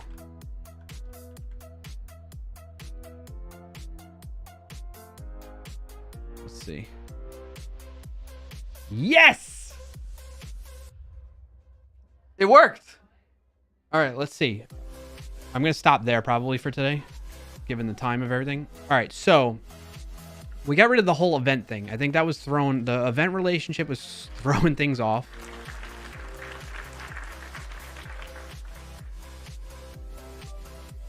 Hey, Robert Tables. Oh, man, that's super kind of you. Thank you for the 1,000 bits. Big money, big money. Appreciate it, man. That's super kind of you. Appreciate the cheer. So I think taking away the event from the project relation helps. Then this shouldn't be optional, honestly. But we'll worry about that. Using capital U user in the query. All right, we're creating a project and we want to tie it to an existing user. We don't need to create a new user when we create a project. Okay. And we do that through the field that's named on the model for the project model, capital user, U for user. And we say connect it based on the ID. And this is the ID, which we got in this previous query here. We can get rid of the event stuff in there right now too. Get rid of the console log. Then we say for the vulnerability snapshot, we want to create a new one for this project because we're importing this project for the first time. And we're going to add these required fields for that. So we should be able to go to the database now and see a vulnerability snapshot tied to that. So if I click on this, it should open up a peek into that table. And there we go. Look at, there's the unique ID that was created on it, when it was created at, and the numbers for severity levels, critical, high, medium, low numbers. And it's tied to a project, which is the project we're looking at right now. I think if we go to vulnerability snapshot, we can then click on the project to see what project this is associated to. That's cool. We did it. Roy says, it feels nice seeing some big company boy code in and actually understanding what's going on. Thanks. Thanks, Roy. Robert Table says, I knew we'd get there. Burger Man Hot. How do you do this? How do you do this? Looks confusing. Yeah, well, at first glance of me working on this, Burger Man, it was some of it's still confusing to me. So you're not alone in that feeling is what I'm getting at. I'm learning this live in front of you all. So, but some of it we learned through tinkering and toying and learning on our own. And some of it has been through learning through the documentation. So that's what happened there. So what we learned today though, is how do we add data to the database that is related to other tables. So we're creating a project, which is an item in the database, and connecting it to a user, and then also creating another child relationship off of that for this vulnerability snapshot table. That's cool. I feel accomplished. We got done what I was hoping to get done today. We want to res.send results in this case. So I shouldn't be able to run this again because it's a duplicate, but we got it working in that case. So what would typically happen though in like a real live, so this was just like, this is how I work and I operate. I iterate on things first, well, especially when I'm learning something new like this. First, I figure it out and get it working. So I figured out how to query for a user and I figured out how to create. Next step would be, all right, how do I actually use real data instead of this hard-coded information for it? So what I would need to do then is I need to use my Sneak API key that I would have for this user that's logged in, make a request to the Sneak API on their behalf, and then using that data supplied by that external API, the Sneak API, I plug into these fields here. The name of the project ID according to Sneak, where it was imported from GitHub, the type of project it is, and then this data would come from that. The rest of it is me. Like user ID is what I provide in this app. So that's what we need to write down in our to-do. Where's my to-do list again? All right. We should change this to be figure out how to create a project record in the database and relate it to a user while also creating a snapshot. So that we did get done today. So I'm going to press Alt D and then Control Shift A to archive that. Now I want to create a new Control Enter, and we're going to say next time I want to update /projects route for creating to use request body to use project data provided by the request body. So what do I mean by that, to make sure everybody's on the same page with me with this, is in the UI, yeah, I'm wrapping up. Okay. What that means is, assume I'm logged in and already authorized with Sneak for this user. When I say, hey, I want to import projects into the Sneak BigFix app, which is what we're building. When I click, let's say there's an import, like instead of this add project button, it's going to be like import this project kind of thing. It's going to send an API request to the /projects. It's going to send a post request to the /projects API, which we kind of have half implemented here in, where is it? In that button that I created right here. I'm saying, hey, fetch /projects, make it a post request, and I'm not sending anything in the body. What would happen is I'm going to have that data in the client already, because I'm going to say, hey, Sneak API, go get me all the projects associated for this user, and then they're going to select which projects they want to use in this app. You get what I'm saying? And when they do that, then it's going to send a post request to this route, in which case I will have the real data, the project ID and that kind of thing, to then use in this query that I run against the database. So that's what that to-do item is all about. But I think really, to get more specific on this, I think I need...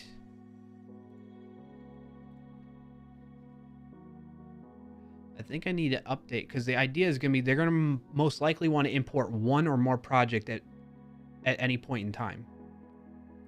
So what I need this route to do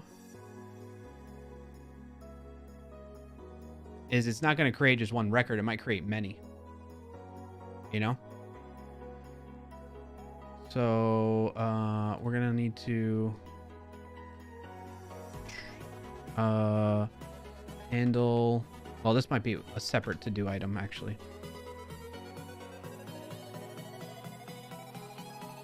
Handle importing multiple projects at once in the /projects post API. Okay, I think that captures all my thoughts I need.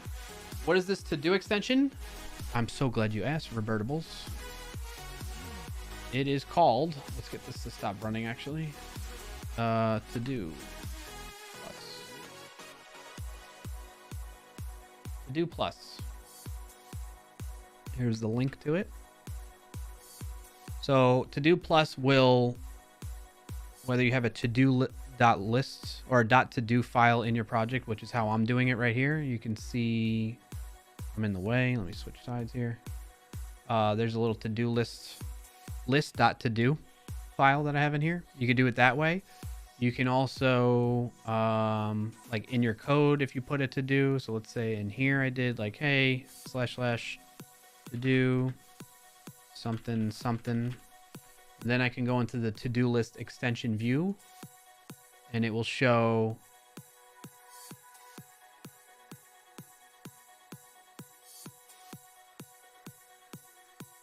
I don't know why it's picking up some of the, I don't know what's embedded mean.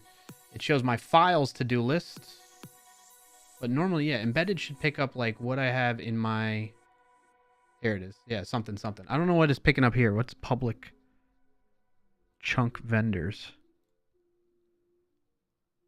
Oh, so some external vendor code that I'm using on the client side, like with Vue.js, has to-do list items in it, and it's picking that up. So I'm sure I could probably tell it to ignore that.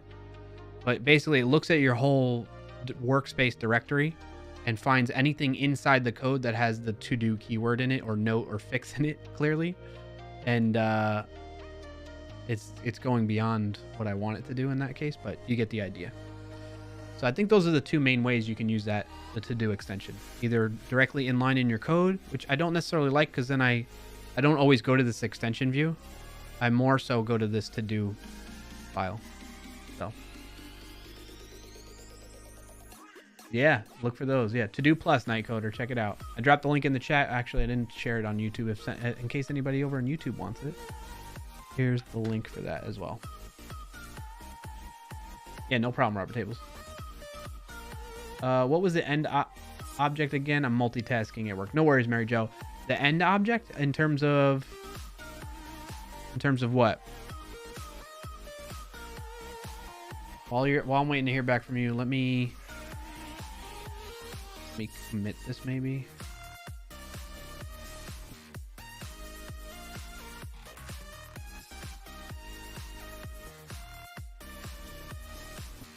I don't think I want that committed. Let's say whip.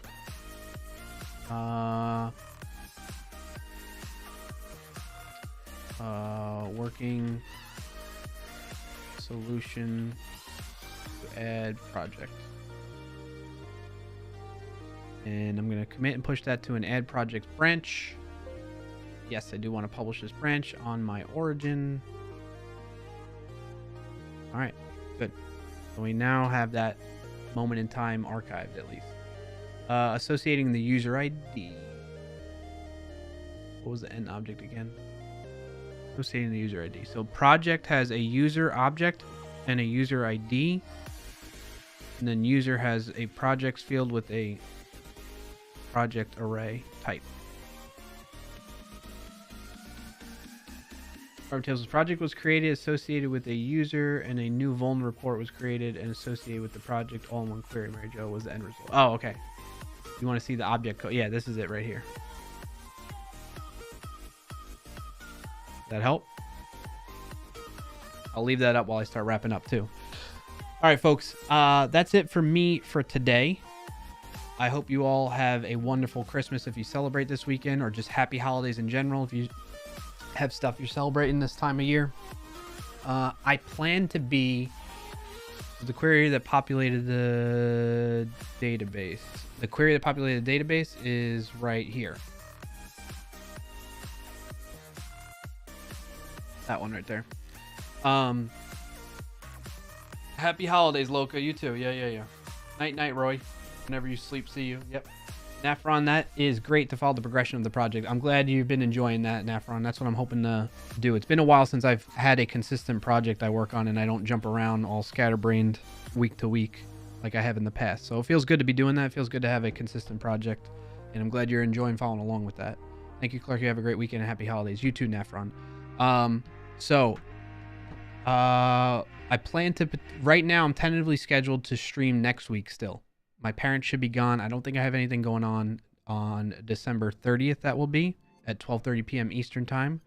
So expect to see me back here next week. If there's any updates to that or changes to the schedule, or I have to cancel for one reason or other, I'll be sure to post that on the Discord. So if you're not in there already and you want to keep up to speed on that, clarkio.com/Discord.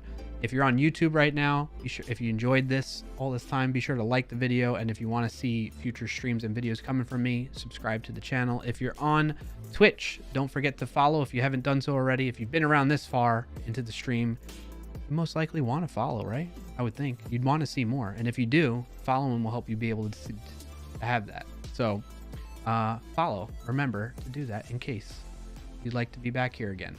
All right. On that note, I'm going to roll the end credits and we'll go raid somebody. Again, thanks everybody. Hope you had a great time. Hope you maybe laughed at me, had some fun, or learned something new, or both. If you did both, then I'm really grateful that we got that far. That's always the objective of these streams. And I'll see you next week. Happy holidays, everybody. Peace out. Stay safe. Stay healthy. I'll see you around. Roll the end music, Jim. You got it? Okay, cool. All right. See you, everybody. Thanks again. Bye.